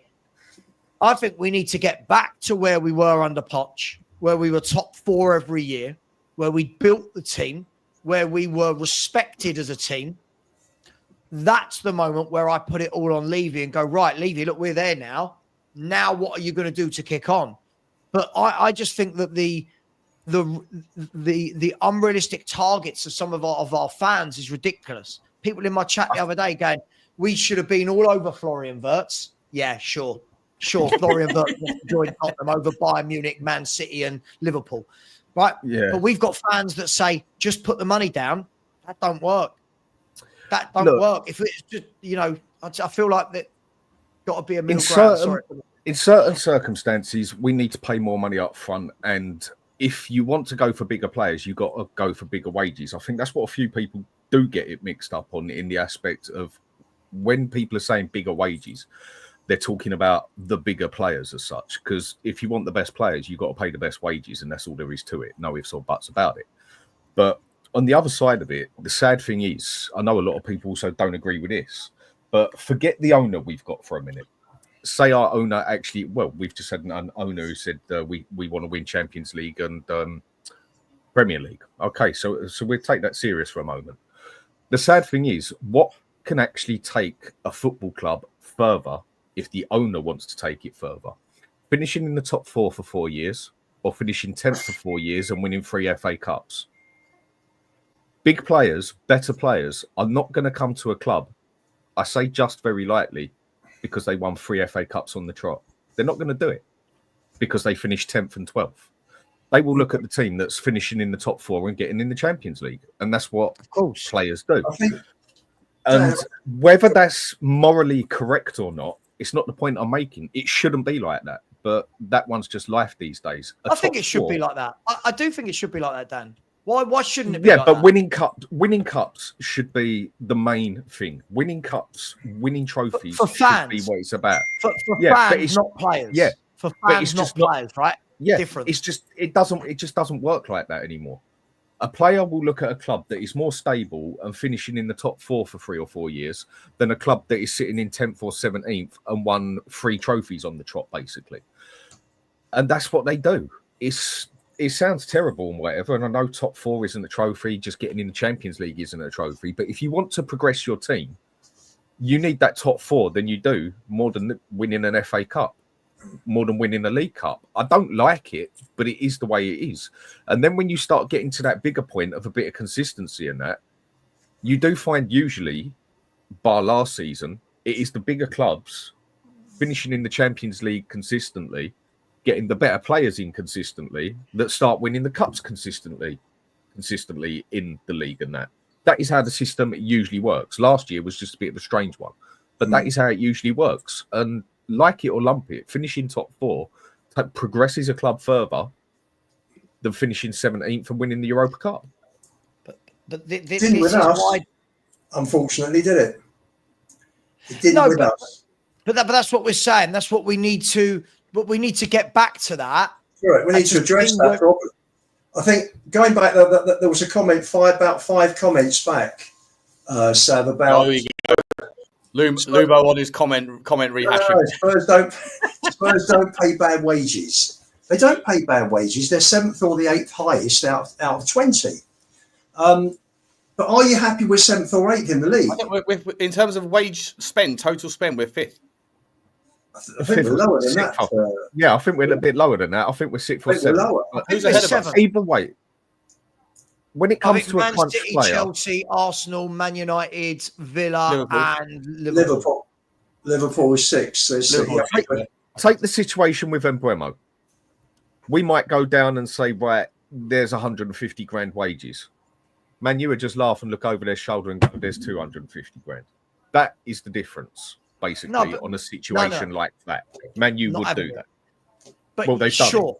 Sure, but Dan, we've had this chat many times. But that's the difference between a football fan that thinks that's the only factor as to why he would go to Man U over Tottenham. I didn't say it was the only factor. No, I know. I'm just saying they will do it. Sure, they will pay the wages. But the thing is as well, like I see this all the time, people going, why would so-and-so go Man U over Spurs? Man United are still Man United. Whatever way we want to look at them, they're a serial winning football club. They are. I know they've had a bad year. They're a serial winning football club that buy good players, put their money where their mouth is. And yes. Isn't that a double-edged sword though, Sab? Like right now, Man United are like that. What was it that guy with the long hair? What was his name? Sam said like bottom of the V or whatever it was, right? How low? Ben, sorry, yeah. How low's the V? Well, Man United are trying to make that V very shallow, right? They're trying to get straight back out of it again. And right now, they're cop blocked because of their willingness to just pay the wages in the last few years. When they overpaid on Casemiro, they gave him a new contract unnecessarily. Rashford got 300 grand and then put his feet up. Jadon Sancho hadn't done a thing in the Premier League and got a monster contract. Anthony was on a monster contract. They can't shift him. Like, there's a double-edged sword there. To just, if the philosophy is just pay the wage. I know they might go eventually. They will shift them. I know, but like if the philosophy is just pay the wages and then you end up paying the wages on a complete flop, like we did with Tanguy and Ndombele, for example, You know, it wasn't just the fact we spent 65 million quid on him. We paid that geezer 10 million pound a year, 200 grand a week, and then we ended up having to pay him off for a year to get him out of our club. 110 mil altogether. If you're going to pay the money, you have to get the guy right. You have to get it nailed on. I agree on that bit. What a waste. I agree on that, but I don't disagree. When there's 100 grand difference in it, money does talk to an extent. But the thing is with Man U, they are, if not the biggest club in the world, they're the second biggest club in the world. It's out of them and Real Madrid. I know Man U, by their standards over the past 10 years, have been pretty appalling by their old standards. But they've still won cups and that as well, still got in the Champions League here and there. But Man U are still one of the biggest clubs, if not the biggest, on the bloody planet. And the other thing is as well, when you add it all up together, it's not the only thing, but money does talk. There are a lot of players out there who will turn their head for £100,000. But when it's a club like Spurs, who basically have just finished 17th, for God's sake, if you want the best, you've got to pay for the best. How many players do you think Man United have got that are paid more than Spurs' top earner, Son? How many players? How much is Son? 190 grand a week? Son's on 190, 200, something like that. 190. Son's on 190. He's the highest. Players on more than 200 grand a week, probably. They got 3 players on more than that. Now, what they've got is a collective of a lot more players on 100 grand a week. But when you actually look at, again, when we look at this, right, you got Casemiro's on 350 and he'll be going, right? Whose phone is pinging? Learn the vibrate or the mute button. What is wrong with you? You're live. You're live. And it hurts. Panel 4, please don't say shit or bollocks, as Davina McCall used to say. She didn't say that. She didn't say that. I'm looking at their wages. Casemiro's on 350, right? He'll be going. Bruno's on 300. He's going to run his contract down, isn't he? He's got 1 year left, so I doubt they're going to get rid of him now. You got Bruno Fernandes on 300 and then Mason Mount on 250. All the rest are on 190 and below, right? Apart from Rashford. Apart from Rashford, yeah. Sorry, this only shows the portion that Man U are paying of him at the moment because Villa are paying that other bit. All the rest, right, are all in and around 120, 130, 150. So, you know, I think that, yeah, we haven't gone over that 200k barrier marker yet, but I don't think that's because we won't. I'm not sticking up for Daniel Levy. I don't think it's because we won't. I've not yet seen any evidence that we didn't get a player over the line because of wages. For all this talk, I saw Spurs offer Doué the exact same wages as PSG. I expect the player to join PSG. Let's be brutally honest. When any of you saw PSG were talking to Doué, did any of you think, oh, we're going to wake up and he's joined Spurs? We didn't, right? We offered Tomori his full wages. He rejected us. We offered Kolo Muani his full wages, right? We offered to pay 100% of Kolo Muani's wages, right? Juventus offered to pay none of his wages, and he went, nah, I'm going to Juventus. So I think we've got to be really clear. Can anyone give me an example of where we didn't get a player because we wouldn't break our wage structure above Son? I don't know if we've got any concrete evidence that that's happened. Diaz. Well, apparently we were going to pay Leroy Sané's full packet as well, weren't we? Sadio Mane. No. Yeah, but can we bring it maybe to not a decade ago? Like I think if we keep doing that, I mean, it's ridiculous, isn't it? Yeah. If the bigger clubs like Liverpool, which player have we not got recently because of wages?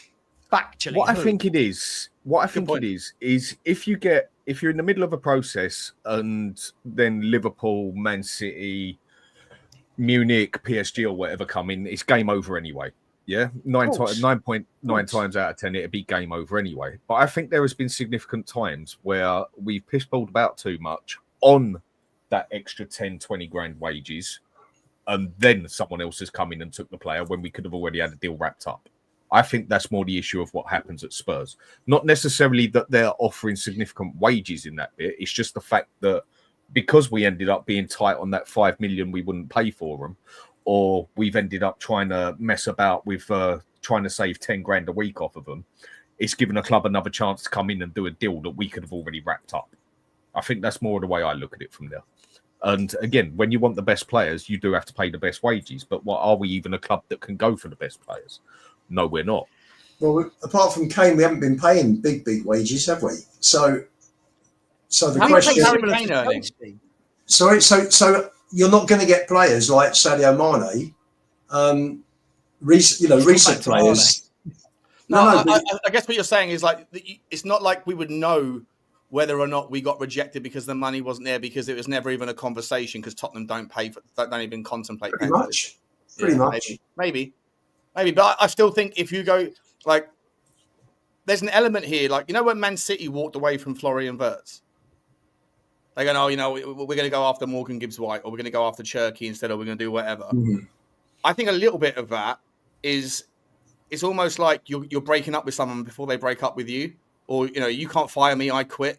Because it's kind of one of those things where I think that Manchester City might have gone, he's chosen Liverpool, he wants to go to Liverpool. So rather than getting stuck into a battle here and then being on the losing end, what sort of like indelible mark does that put on the brand of City versus the brand of Liverpool? And does that kind of roll over into future scenarios whereby the best players think that Liverpool are a bigger club than Manchester City? Let's just sort of cut this conversation dead before it becomes a rejection. Sean, this is the thing, and like when I was saying we haven't gone for big players recently to debate it again. This is the thing when football fans don't know, right? Huh? Yeah. This is the boss was asking a question. This is the thing where we don't know, right? As I've said this a million times before, we may have called 100, 150, 200 agents of big players and said, we're interested. What do you think? If the agent shuts it down immediately, fans won't know. It will never get to press. It will just stay between the agent and the club. This is the thing. When Spurs fans are saying that, we're not even trying for big players. Got to remember the big players. Pick me a big player. Pick me a big player from anywhere. Was in just Rafael Leao. Rafael Leao. If Tottenham Hotspur, I've said this every day, if Tottenham Hotspur ring Rafael Leao's agent, right? We say, we're interested in Rafael. What's his current situation? Is he happy? Is he interested? Is he looking to leave? You're going to get one of three answers. One, he's got no interest in talking to anyone. He's happy at Milan. Blah, blah, blah, blah. Two will be, he's interested, semi-interested, but he has got Bayern Munich after him. Yeah? Chelsea after, whatever it may be. At that point, you have to do, is the juice worth the squeeze? Do we want to be involved in conversations where we know realistically he's going to turn around at the end of the line and go, no, actually, I'm going Bayern Munich, blah, blah, blah, whatever happens. Isn't that's what happened with Gahey as well, isn't it? Gahey, exactly. we put it in, he's gone to Liverpool, right? And then the third option is that the player turns around and goes, absolutely, I'm interested in Tottenham Hotspur. Yeah. Now at that stage, now it goes to press. Now it's at press because now the player and the club can get a deal done. Now the bid starts to go in between the two clubs, right? So we don't know. When people say that we never bid for big players, we might ask for big players, and the big players in my mind are saying, why? I heard this, Josh Kimmich, like if you remember, Lubo, we had the Josh Kimmich example. Just ring up Josh Kimmich and pay him 400 grand a week. Cool. Hi, is this Josh Kimmich's agent? Yeah. So you want to come play for Tottenham? No. What? Why? He's at Bayern Munich. Yeah, but we're Spurs. We've got a big stadium. Yeah, but he wins titles every year. He challenges for Champions Leagues. He's playing with Musiala, Kane, Gnabry. This is what I don't think people understand. We need the next level down. We need to scout better. We need the next level down. Yeah. We should have been going for Cole Palmer's from Man City. That's where you buy. We should have been going for Cole Palmer's. We should be going for Eze's. We should be going for Paulinia's. These are the types we should be going for. Got to put out of our mind that the biggest of players are going to be in conversations with Tottenham Hotspur. Yeah, but even when we mention good players, so many of the fan base, they're not good enough for Spurs. And the one I know I keep going back to, and I still can't get my head around it because I think it'd be a brilliant player for that, is Locatelli. When I brought him up on here, and you totally agreed with me, and we spoke about him and that, half your chat went off its head. Like, Locatelli ain't good enough for Spurs. I'm like, well, obviously you don't watch much football then, apart from the Premier League. And there's been many of other players that get mentioned that all of a sudden, a lot of our fan base seems to stick its nose up at. And you're like, hang on a minute. Like, do you really actually watch? I mean, if anything, you could say Locatelli is to an extent, maybe he's even a shot above Spurs. You know, if we would have got him, that would have been an absolute quality signing, especially by our standards as well. He's the sort of player that you could even say he's probably bigger than Spurs in that aspect. Could we get him? They needed the money at the time, and they was willing to sell up. I think he is one we could have gone for, but a lot of fans said no chance. He's not good enough for Spurs or the Premier League. Other one, I mean, Sane is the one we just missed out on. Where did he end up at? He ended up in Turkey, didn't he? Galatasaray, wasn't it? Yeah. Why did he end up there over Spurs? Two things. They're going to win titles and they're going to pay massive wages. You've got to add into it. There's two big things there. But the winning titles, massive wages did come into it as well. Sure, it's not the sole reason. He's going to win titles, right? Like, let's be fair. But he had the chance to coming back to the biggest team in the world, biggest league in the world. Doesn't that show a bit of lack of ambition? The biggest league in the world, not necessarily for the player. This is the thing. We talk in absolutes. There's, as I said, for any of you that if any of you watch the Fozcast, any of you see Ben Foster's podcast, right? Yeah, really good. He does so many. He gets probably, on. It's probably one of the top 3 ex-player podcasts that there are. Right, Gary Neville's one's very good, and then Ben Foster's one's probably second or third. He gets agents on. He gets agents on to talk about how football transfers work, and these are so good to watch because you realise. And Ben Foster says, "This is not Football Manager." He's like, this is not Football Manager when fans say, just sign him, just sign him. He said, you've got to think about, has the player got kids? Are they in a school? Do they want to move? Are they wanting to move country to learn a different language? Is the wife pregnant? Is a wedding coming up soon? Have they got family that rely upon them? Have they got, all of these different factors that fans just go and get him. And that's why I don't think an Eze any of that applies to. Eze could join Spurs without moving house, right? Yeah. Eze can move Spurs without anything being affected in his personal life.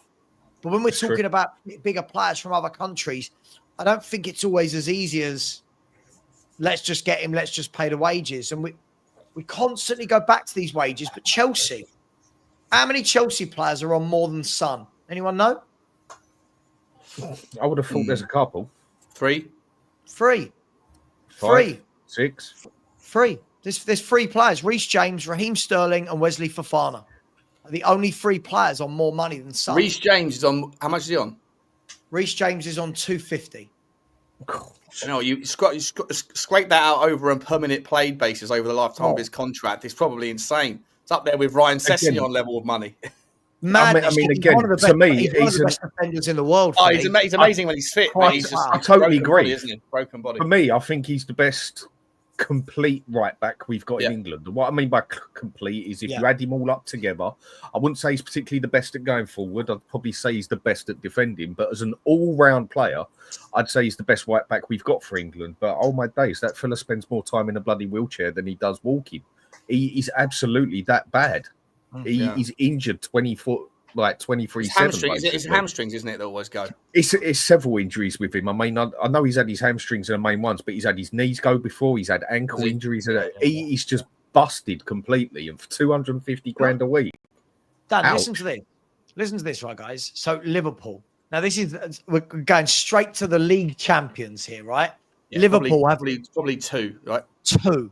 Liverpool have Salah 2 and Van Dijk. Virgil van Dijk, Mo Salah. Now, obviously, Florian Wirtz is going to fall into that category. But other than that, every single player is on less than Romero, Maddison. They make up their money in like their structure is basically, and it's clever how they do it, but it's a double-edged sword as well, like everything. Like if you're going to Liverpool, you might take 100 grand a week or 150 grand a week, but every win bonus you get massive win bonuses, and you get massive bonuses if you do well in competitions. And I think the year that Liverpool won the Champions League, if I'm not mistaken, the year that they won it, they ended up losing money because the amount of bonuses they had to pay out to all of their squad for winning the Champions League. So like it was the only team in the history that's gone as deep as they have and has actually lost money. I'm not sure that's factually accurate, but I'm pretty sure I've read that a few times or heard it somewhere.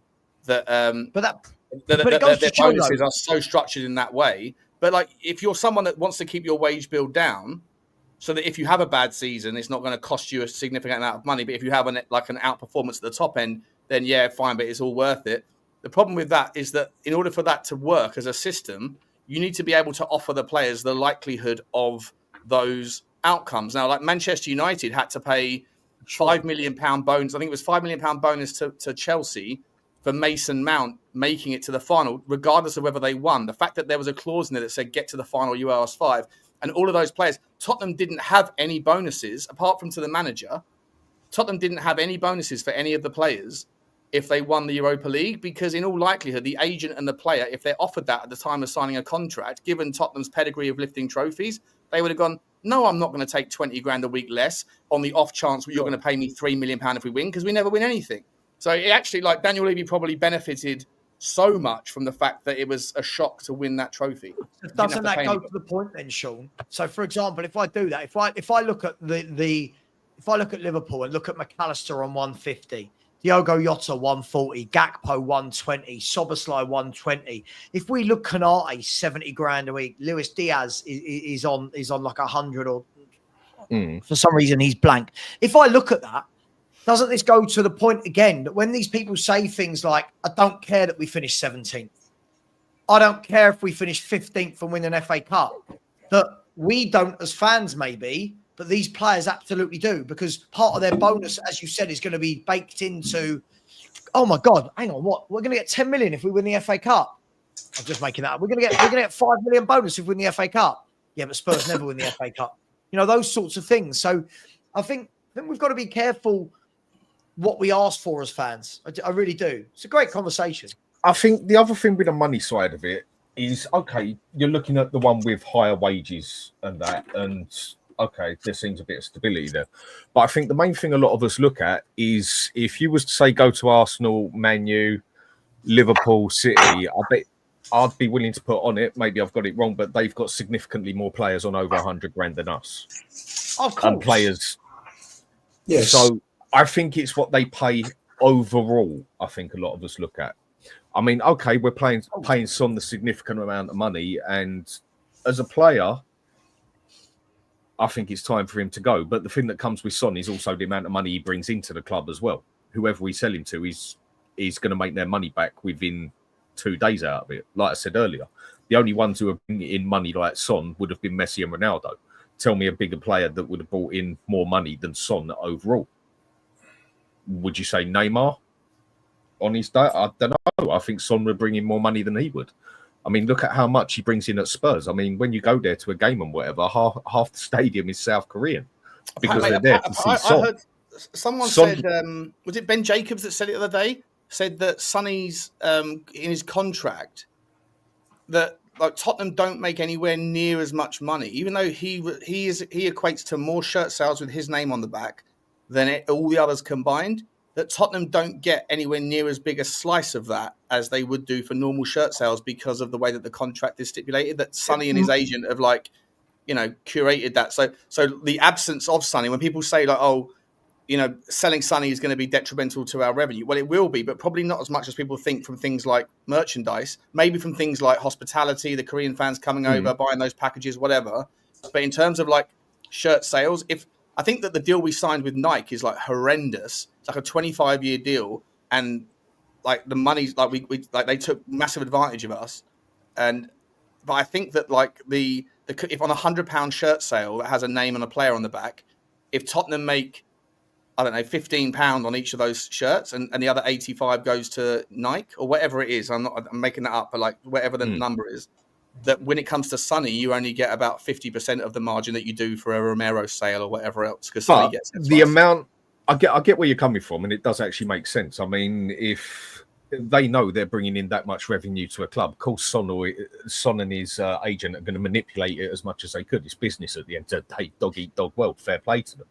But the amount that he still brings in a significant amount for Spurs. But I think you're right on the other side in that, because I don't really know I don't know the percentage side of shirts and that, but I bet you Spurs still make a nice bit of cash. Oh, yeah, for sure. Shirts he sells. But by a percentage, would they make as much as, say, another player? No, not by a percentage, but by the amount of shirts that he sells everywhere. We're 15th in the world. We're They will 15th still- in the world. For what? Shirt sales? Shirt sales. Tottenham Hotspur, 15th. in the Who's world. number And I one? bet Oh, who's above us? Above us, hang on. Hang on. Oh, let me Real bring it Madrid back up. must be one, I would think, aren't they? Real Madrid, probably. Hang on. Yeah. Man United Well, are number of one. course. Hang on. I've just got rid of it. Let me bring it back Yeah. up. Man United number one, are they? that's By the where way, Man U or Real Madrid are the biggest club in the world. Guys, you go around the world, Guys, they're the I'll two ask, shirts. I'll ask you a question. Pretty obvious answer. Guess which player had the most shirt sales at QPR last season? Oh, let me guess. Could it be Hang Yuk or however we say By his a name? mile. Fuck, turn, spit on that yang. By a mile, evidently. Amazing, isn't it? That Sean, that ruined its life, mate, completely. That There you go. I got accused of I wild know what racism you're on last time, about. that. I know Well, what you're it's on a term of about. endearment. I'm not being racist. Fuck, turn, spit on that yang. It's just a brilliant. Really, it sounds just like it, you know. Yeah, and that made it made it a lot of money, made it very famous, and then destroyed its life. There you go. I know that story, mate. Definitely. That girl walked away with she fucked over so many people. That girl. She can't even leave her house now. She's minted now. She stole. Well, Yeah. she fucked over like I don't know 100 million like 17-year-olds who put like all their pocket money into a crypto coin and then pump and dumped it. Absolutely outrageous. Whoever advised her on that. I mean, I know they did the sharks in the crypto space, but like this. Wow. Sorry. The only thing I've got to say about this list, how the hell are we below West Ham? Yeah, that's wild. Is That's this mad. worldwide? I mean, where is this based? Like worldwide as such? Yeah, this is worldwide. So this is. You know how you know it's worldwide? If I scroll up, it talks about. You ready?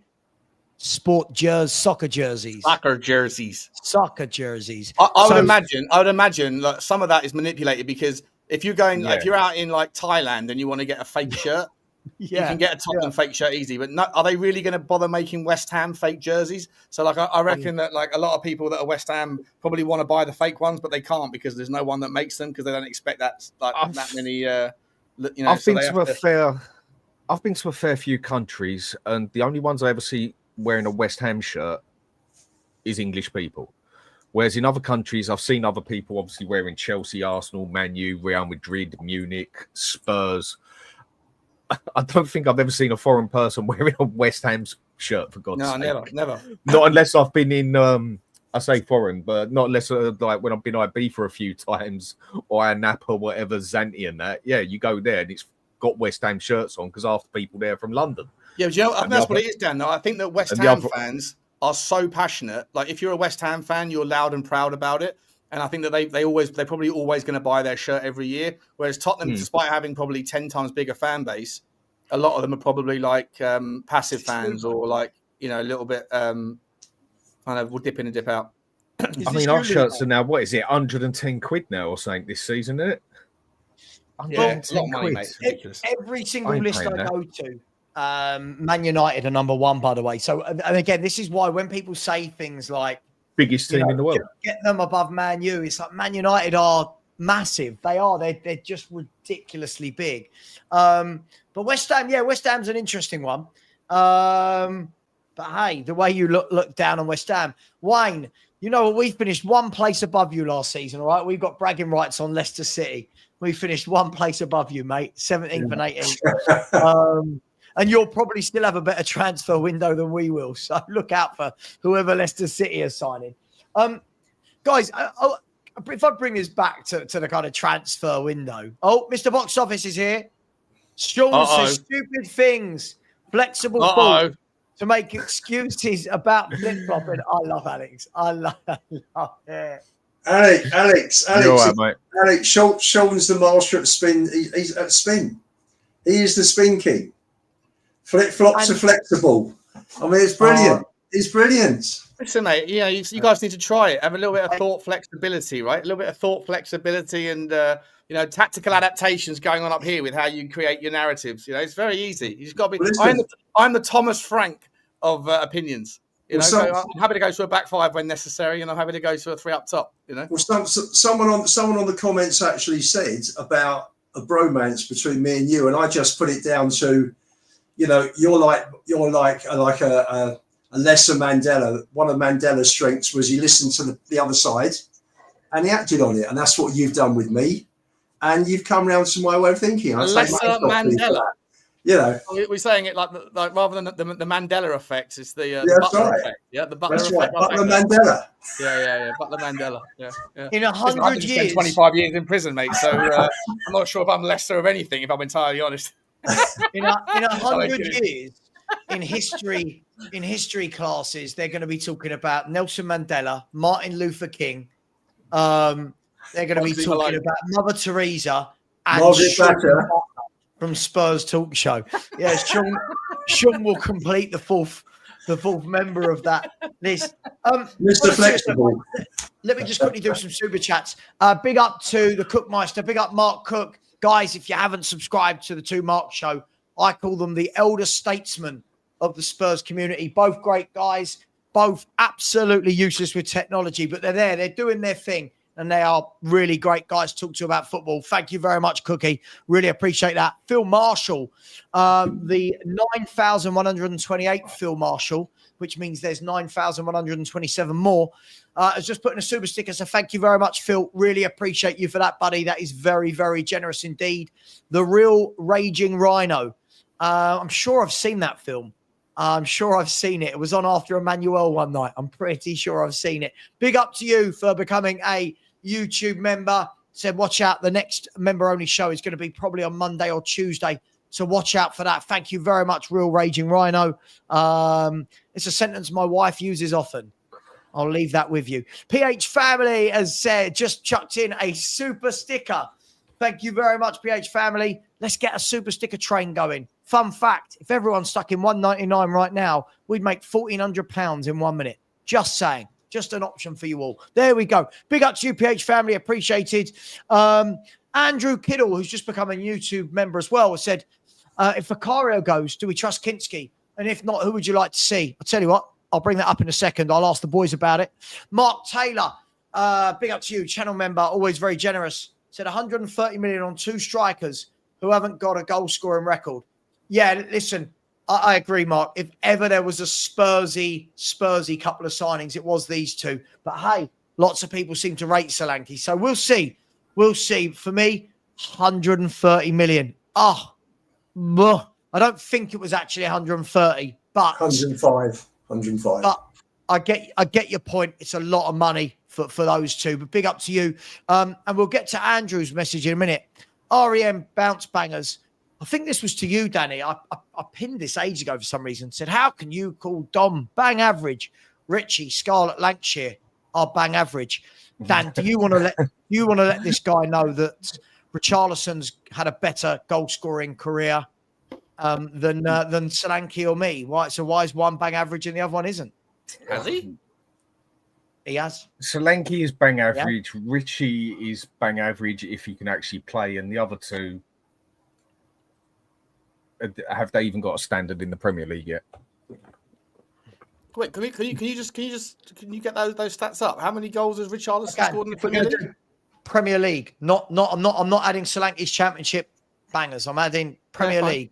Yeah, we did this. Didn't we do this the other week? Right. Where is it? God, I did all this. I'll do that in the background while you guys start talking about this. Andrew Kiddle said, if Vicario goes, do we trust Kinski? And if not, who would you like to see us having goal? And I guess, guys, this all comes from, thank you very much, Andrew. Thank you very much for that. This all comes from, guys, I believe that there's lots of talk that Mannion is leaving Milan. And apparently their biggest word in football, their number one choice to replace him is Vicario. If Vicario goes, do we trust Kinski? Or would you expect to see another goalkeeper come in? I'd want a more stable goalkeeper to come in, not basically relying on how old is Kinski? He's pretty young, isn't he? 21. So for me, I'd rather have a more stable goalkeeper come in there, basically a more experienced goalkeeper as such. I mean, Vicario, I don't think he's one that we need to get rid of, but he's one that I wouldn't be too sorry if I saw the back of him. I mean, I was one that defended him big time when we got him, because for the price we got him for and he was a wanted player, we basically took him out of Inter Milan's palm of the hand because they couldn't get him until they sold Unana. I mean, what a good goalkeeper that was. And then just look what happened to him at Man U. He's absolutely shocking. Whereas at Inter, he was really good. It's just, I haven't seen no progression in Vicario. But then it goes back to what you're saying, Ian. How much progression are you going to see in him when he's getting 30 shots a game against him? Well, but on the other side of it as well, I think he's an excellent shot stopper, excellent reflexes. He's got all the mouth when the ball's up the other end of the pitch. But as soon as the ball comes into our box, he shuts up shop. He's calamity as anything, the way he dives into the middle of players. He punches the ball when he shouldn't, and then at times when it's to push the ball away, he always seems to push it forward, not sideways. I just think as an all-round goalkeeper, there's significantly better out there. But if you just want an out-and-out shot stopper to play an old-school goalkeeper who stays on his line and does the shot stopping, we got a brilliant goalkeeper. But it's not the way a lot of teams play anymore. A lot of goalkeepers need to be a sweeper keeper now. And I think there's significantly better goalkeepers out there as a whole that we could look at. I've had the debate a few times with people. I think Raya is a better goalkeeper than Vicario overall, because it's not just about having reflexes and catching the ball. There's more to it being a goalkeeper these days. I like Vicario, as you know. I do. I think he saved our arse a fair few times, but as an all-round keeper. How many points have he won us in the last 2 years? I mean, it's a good goalkeeper can win you a league, basically. Sure. But I just think there's a lot to be desired from him where I haven't seen progress. Where I would have thought he'd have progressed more than he has. If he went, for me, I think we've got a super keeper coming through, and for me, I would prefer Keeley over Kinski. If you're going to play a 21-year-old, you bring in Josh Keeley. I think he's a super keeper. He was a keeper that was found by Pat Jennings and brought across to the club from Ireland. I think he's a great keeper. So for me, seeing him several times play for Orient, it's comfortable. He's dominates his box. He talks to his defenders, and they're much older. You know, he's telling Omar Beckles, who's 10, 11, 12 years his elder, you know, you do this, you do that. I think Keeley's excellent. I'd bring him in. He's much better than League One keeper. I think we all saw that last year. I don't know why we got no idea why we saw him in the playoff final have an absolute shocker. That's what I saw. No, he'll learn from that. So he did, he was too far over, and he should have put another man in the wall for sure. Agreed. And the guy put it exactly. That good. Is Vicario that good that if you woke up tomorrow and you saw that he had left the club, would you lose sleep about it? I wouldn't. I'll put it right out there right now. I think he's okay. I don't mind him. I don't look at him and go, "Wow, you're one of the best keepers I've seen." Or listen, he's not prime Lloris, is he? He's not prime Lloris, that's for sure. No, he's not. He's not prime Lloris. But no. I don't know, Sean. I haven't heard. After that, I've got the Solanke, Richarlison stuff. Sean, Vicario. He's another one that seems to split a lot of people. I think he's a bit flappy for me. I think he's, for me, far too flappy. Lots of arms. He has flexibility of fingers, and it's flexibility, isn't it? Yeah, it's that's today's word, isn't it? Yeah, flexibility of fingers. No, I don't think he's not a priority. If I'm entirely honest, like I haven't even bothered. No, I agree. I saw that Tottenham were linked with like 5 goalkeepers if we were to lose him. I haven't even bothered looking. I can't be bothered. I can't, like, the amount of players. Just not to get off the topic, but I've done a video when I was out with Bugsy before I got on the stream. There's another three like unknown players to me. Some wonder kid called Leone that we've been linked with. I've looked up, who looks classy, but I haven't got time to run through every single unknown player that we're linked with right now on the Y Scout. And I haven't bothered looking at these goalkeepers because I'm just sitting there going, okay, he's not great, he's not perfect, he isn't, but he's, for me, for sure the top of the pecking order. Kinski, yeah, look, we were told he's a wonderful, footwork merchant, right? He's brilliant, and we saw in the first game against Liverpool in the League Cup when he sort of whipped that golf fade into the path of, I think it was Timo Werner at the time, and everyone around me was like, "Oh wow, big Tony Kinski! Look at this, we finally got our football guy, our footballing goalkeeper." Turned out he is a footballer. He's not a goalkeeper because he's really clumsy with the ball in his hands. And then 3-4 games later, he fell off because he's a confidence merchant, like all goalkeepers are. And as soon as things go flaky, they end up shitting the bed. And so I don't particularly rate Vicario, but I don't particularly rate Kinski either. Well, he's 21 years old, so, you know, plenty of time for him to improve. The rest of them, Austin and all that, I mean, I don't know what sample size we've got. One game where he did okay, fair enough, but like that's not enough to be confident in. But I just think that we've got so many other priorities on the pitch right now. We've got so much more to do at the top end of the pitch, so much more to do in the six. If Romero leaves, we need to spend time figuring out who that's going to be. We need to get a left-sided centre or a fullback who can also sort of come in as a centre-back at times if necessary. Get them figured out first. And if Vicario's desperate to leave, fair enough. But like right now, it's a can-kicking exercise for me. Not right now. Other things need to be done. Worry about that in August or July. But yeah, I don't think he's great. I'm not married to Vicario as a goalkeeper. I really don't. And I don't like the way that he like screams and shouts at everyone in his team, when a lot of the time the reason why we're under pressure is because of his inability to command his own area. Yes. You know? Yeah, but he shuts up in his own when area. Bugsy Malone does a dump in an inconvenient area, and I'm like, Bugsy, what are you doing? And she starts barking at me like I'm somehow to blame. Like it's it annoys me. And, he's all loud, but when the ball gets in his own box, he shuts up shop. He just don't say anything. I mean, 3 goalkeepers, one of them money-wise, would we get him? I doubt it. But what's his name? Costa is one that I'd go for. Where is he? Sporting Lisbon, if I remember right. Costa. Yeah, he'll be wanted on the market, I can assure you. Yeah, I'd have thought so. But again, how many of the big teams actually do need a big goalkeeper? That'd be the other question with it. I mean, you've got Man City still got... They might be changing their goalkeeper, but Arsenal don't need a change. Dortmund don't need a change, even though Manuel Neuer's 38. He's still a bloody good goalkeeper. I mean, Real Madrid definitely don't need one. Barcelona, I wouldn't say there's many of the bigger teams that actually need a new goalkeeper. It'd probably be Man U we'd have to watch for him. I mean, I think Kobo at Dortmund, good one. And the other one, I've only watched him play 3 times, but it looks like a good goalkeeper.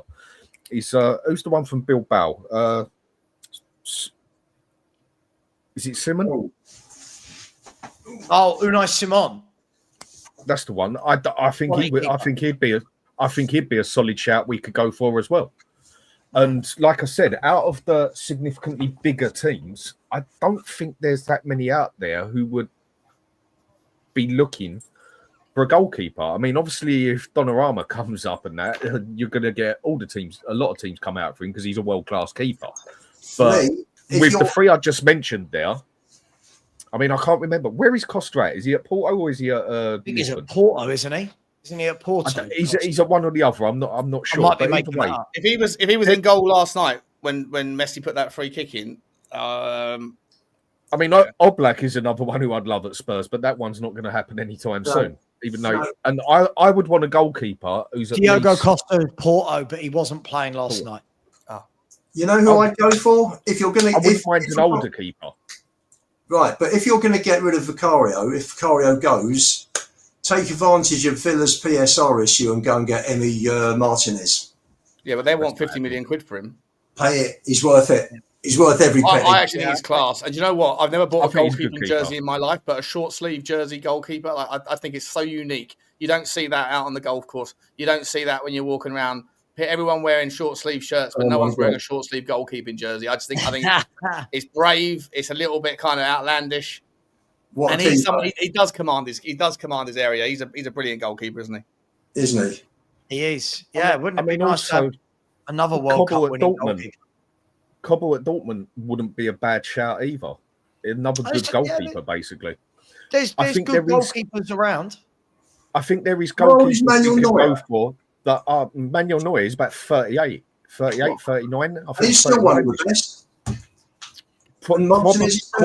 Quite possibly on his day before that back injury, I could argue he could be as good as any goalkeeper there's ever been. 32. I think the thing is, again, that we seem to have a reason to not sign anyone. Like, but they're kids. But they're old men. But they're past it. But their attitude. It's like literally, if Spurs fans had it our way, we wouldn't sign anyone. Like, do you know what I think's happened? Do you remember the all or nothing thing during Jose's time? Do you remember that, guys? Right on Amazon. Yeah. Do you remember when Ben Davis was sitting there moaning at the table, going, "Oh, these fans, all they ever want to see is new signings"? It was like, "Yeah, Ben, we don't want to watch you every season." Like, do you know what I mean? Like that's filtered down into fans. Listen, I don't want to go forever, guys. I did want to bring this up just quickly. First of all, Nathan McCreary, with a super sticker. Very generous, Nathan. Thank you very much. Really appreciate that. And then he's come in again and said, it was Lubo. It was Lubo's ding. Oh, mate, his phone is the loudest phone in the world. I've sat with Lubo having a meal at Leighton Orient in their corporate lounge. And the ping, it's like, oh my gosh, like ping, like what's going on? Like who are you expecting? It's like he's Paratici. His phone it does bloody not hurts stop on here. pinging. When it pings when you got AirPods in it actually hurts. But thank you very much, Nathan. And by the way, here was what I was going to show you. By the way, there's not a lot in it, by the way. It's not a lot in it. But I think this shows the standard where we're at of our strikers, if I'm going to be brutally honest. Let me blow that up a little bit for you. This is just for me, guys. You know my thoughts on these two players. Solanke's on the left. Let me see. Solanke's on the left. Richarlison on the right, just in case anyone's cut the screen off. The appearances in the Premier League for Solanke, the goal scoring is 1 every 4.2. And the goal scoring for Richarlison is 1 every 3.7. By the way, I am not in any way, shape or form, guys, in any way, shape or form, championing Richarlison. I just don't want either of them. I don't think either of them should be leading Tottenham Hotspur into a Champions League season. That's just where I was with that. Do you agree with me though or do you not when I say that we're comparing two players that are used differently? I said this when I was out with the dog when I first came on. I just feel like when Richarlison's playing under Ange, at least, that there was like an acceptance of the fact that the guy can't trap a bag of cement, that he's not particularly good with his first touch, that he doesn't have the link-up play that Solanke does, and he's not going to do the things that Solanke can do, and therefore we change our strategy just to bang the ball into him in the air and hope that he can cause some chaos and get his head on it.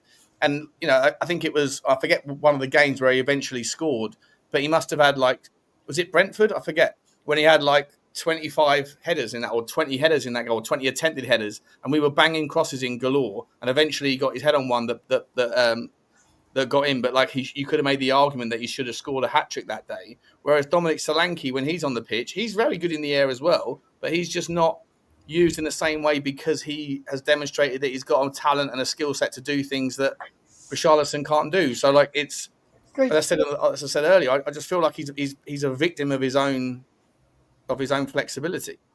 I agree. I'm just using I'm using that as I'm just using this as a sample size that neither of them are goal scorers. That's been proven in their careers. Neither of them are at that top level of goal scoring. They're both. Would you have a look like sort of 15 goals on average, sort of 12 to 15 a year?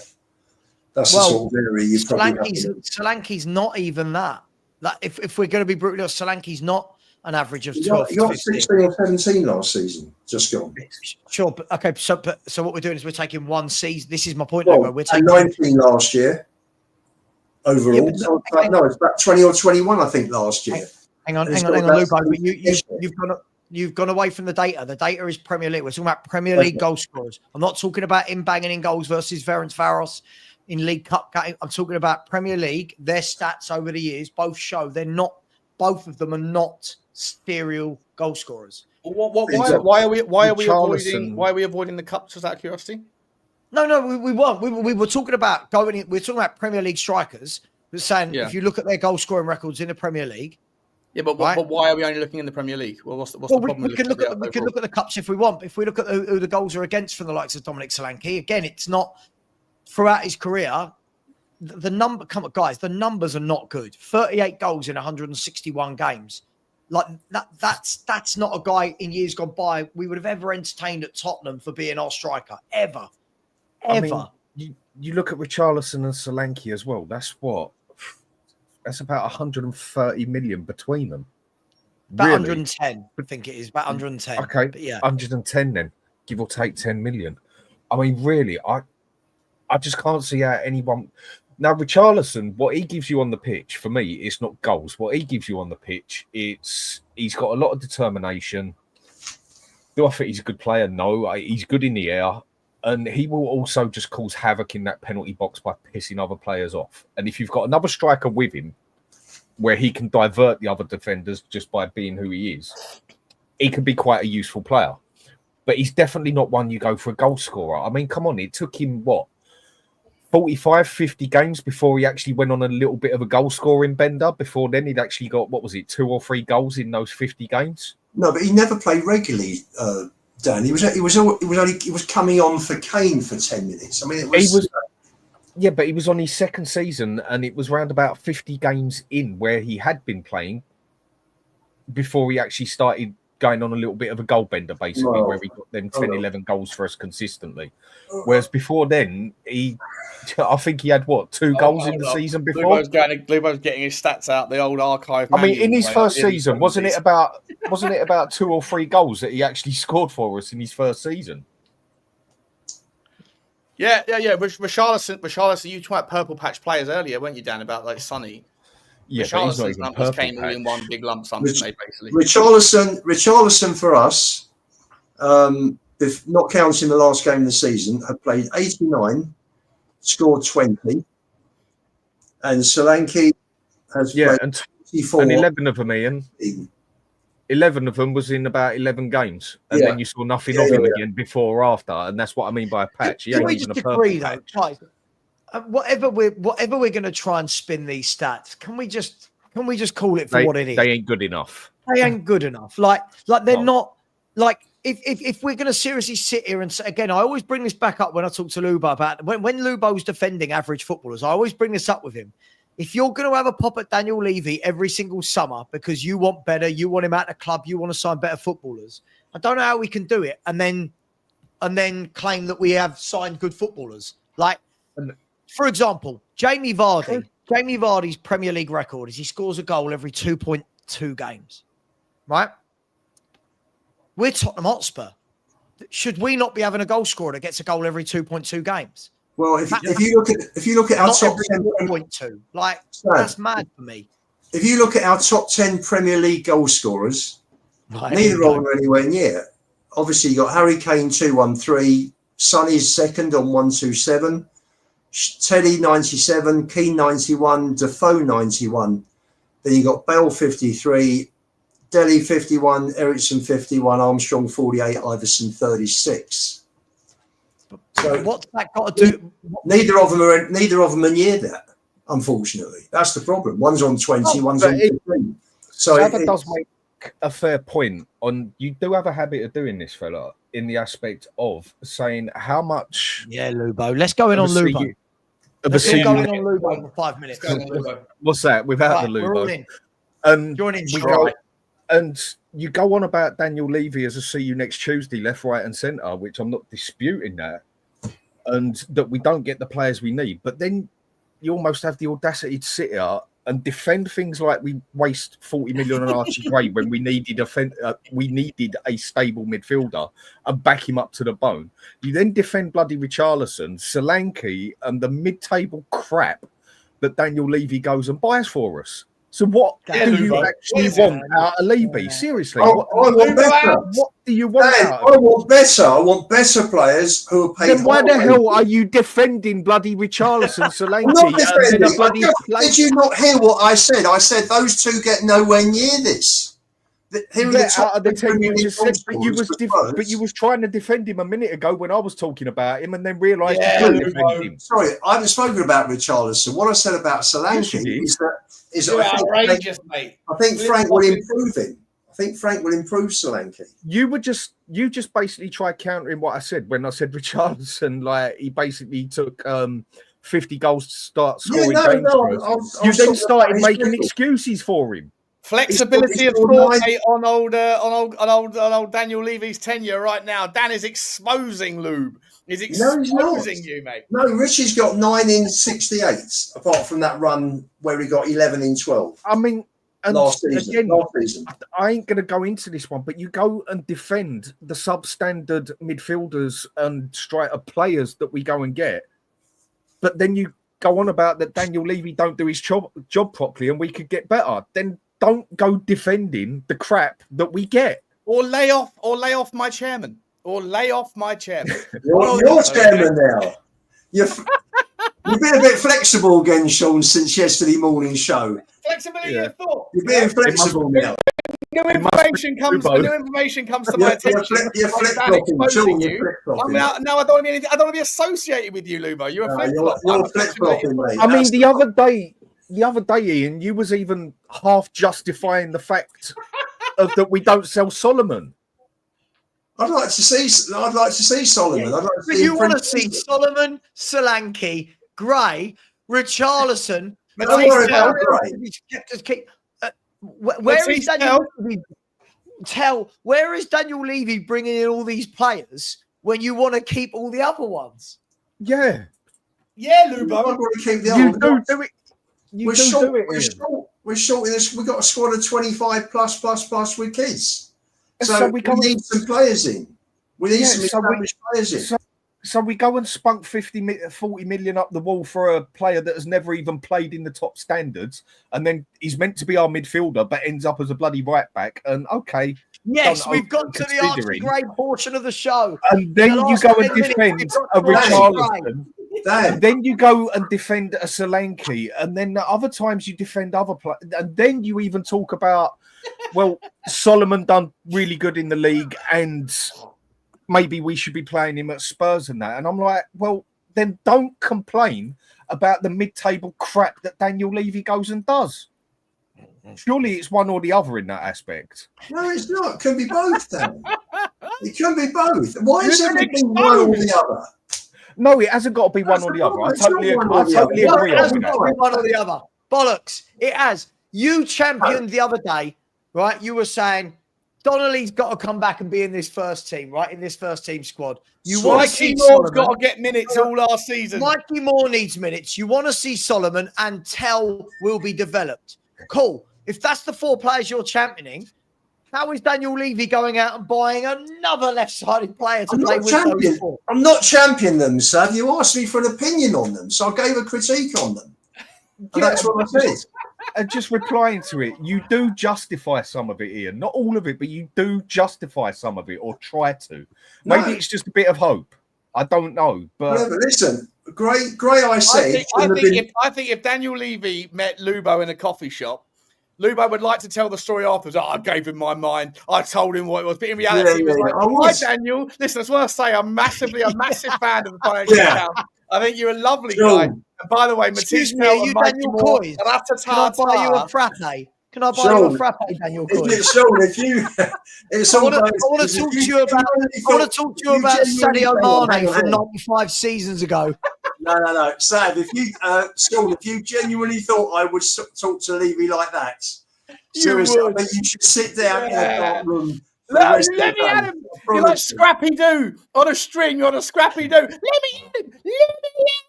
Yeah. In reality, you'd go get him to sign your Spurs shirt, wouldn't you? Yeah.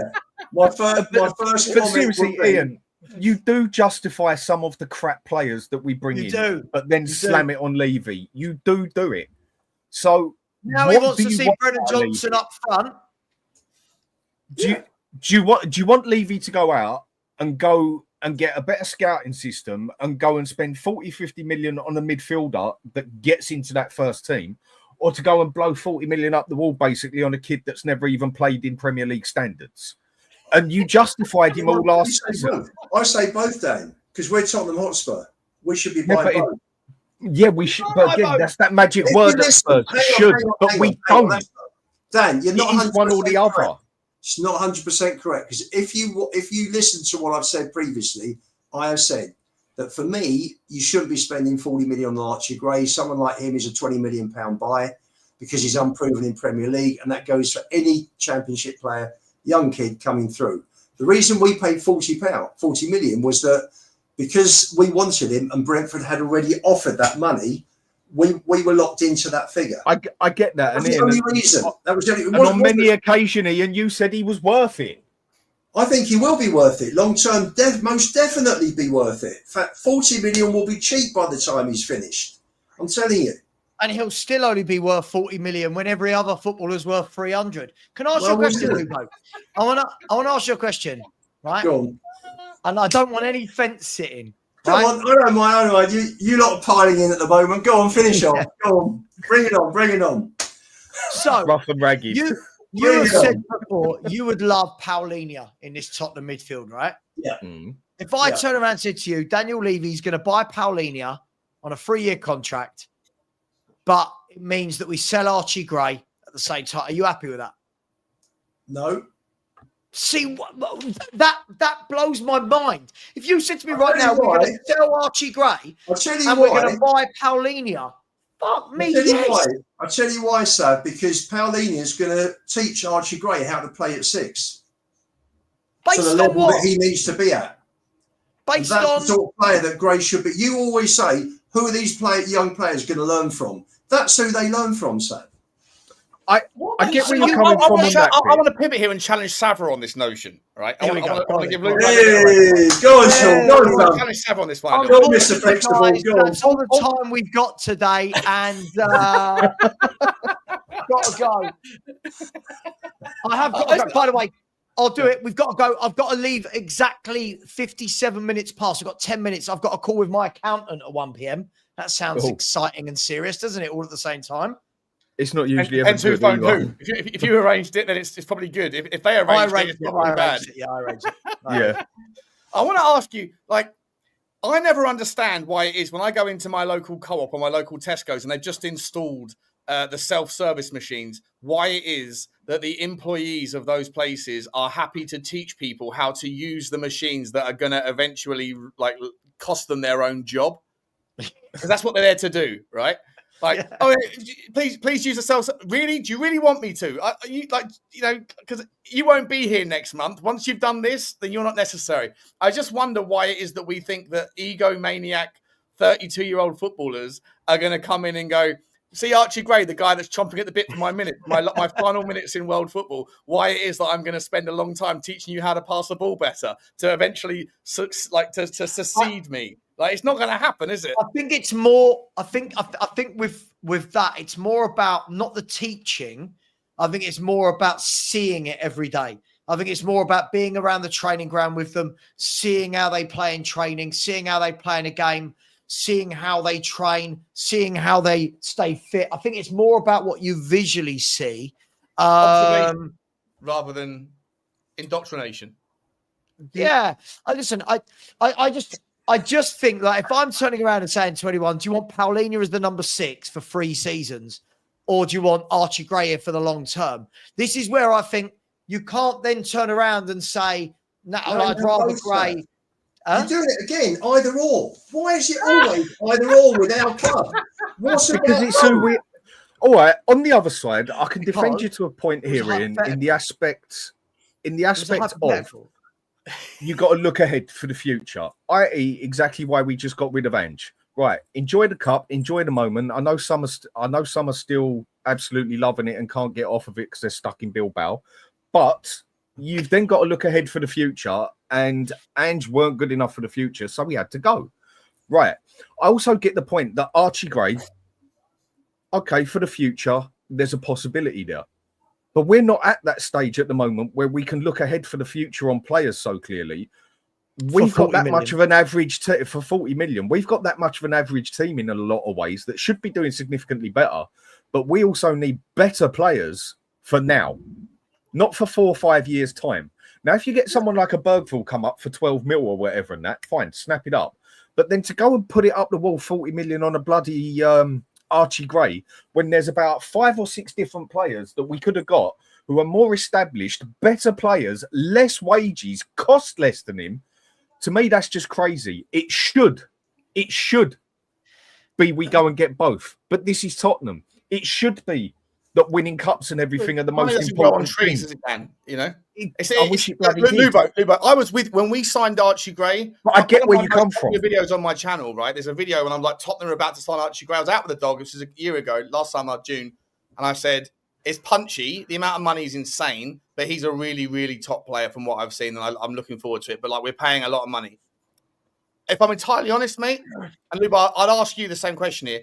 I'm open-minded, flexibility of thought here to admit that I probably got it wrong because I don't see the progression in Archie Gray. I don't see the player at this level yet.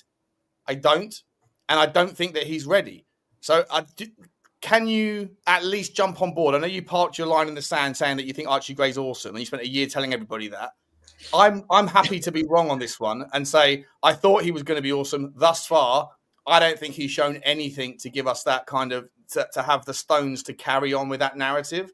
I think he needs a loan. I don't think he's ready for like Tottenham Hotspur's level yet. What we're trying to achieve, he's vulnerable. He's weak. He's not strong enough in the challenge. He's nowhere near good enough to play the six. When he's had the moments he's had, he's been completely embarrassed in that six. The six has been, the midfield has been run through in those last games in the Premier League. Luba, I'm asking you right now, chance to not be a flip-flop, but chance to welcome into the flexibility of thought program. Are you willing to say that maybe, just maybe, you've overstated the confidence that you had in him and that in deep down inside you, in the areas and the recesses of your mind where you don't like to sort of work into too often, that maybe you know that he's not quite as good as you think he is and that maybe he's not ready? Okay, let me compromise a fraction. I didn't think Gray would walk straight into the first team. I never said that. I thought he'd be a lot more. I thought he'd be established a lot more in midfield by the end of the season. I didn't expect Ange to start playing him at the back. Yeah. I thought at the back, I thought he did it. He was competent, nothing fantastic, but for an 18-year-old kid who's openly said that his best position is central midfield, for him to come in and play along the back four in a team where there's no system, it's complete chaos, there are no leaders, I think he did very well. You know, when you throw all of that in, I think he did well. Threw him in midfield. Fulham, first 60 minutes, it was a quiet game. He did okay. Then Romero went off and they pushed him back. In the other games against Villa and Liverpool, he got crucified, and he would be against those midfields. You know, you can't just chuck an 18-year-old kid. We're trying to compete with. That's fair. That's fair.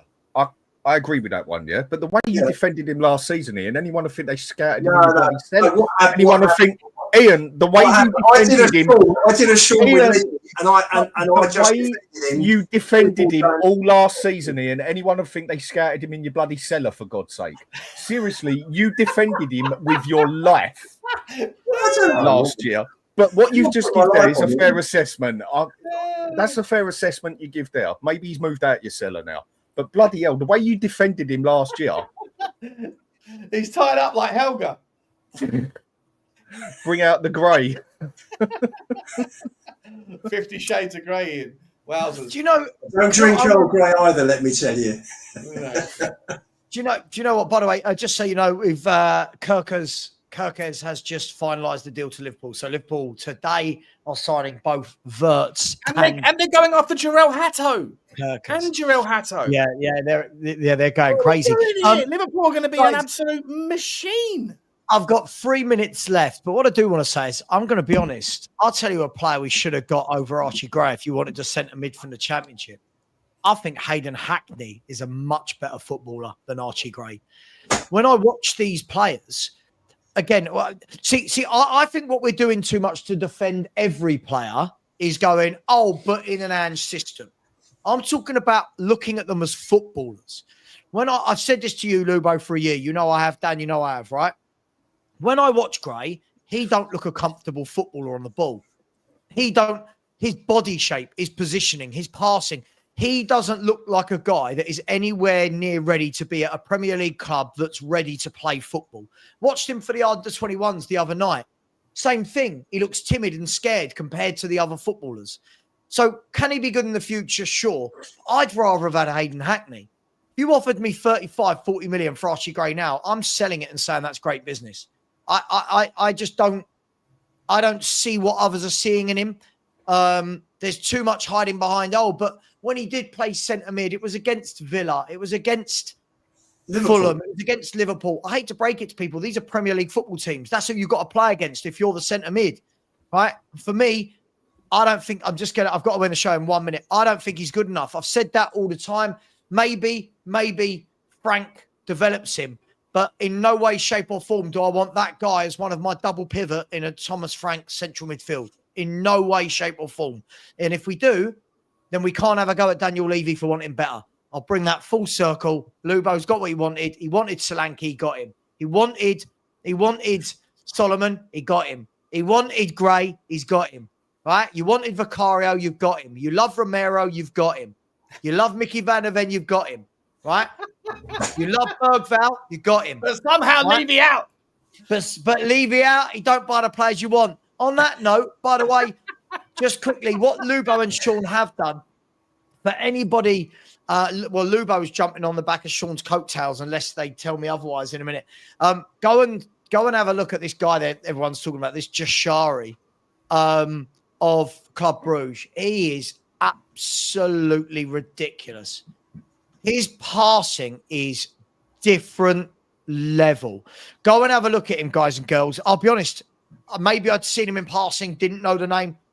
When Sean sent it to me yesterday, I went and watched him and went, how is no one scouting this guy? Yesterday, Jashari was a couple of weeks ago. Last night, Adam Zorgan was the guy I sent to you yesterday.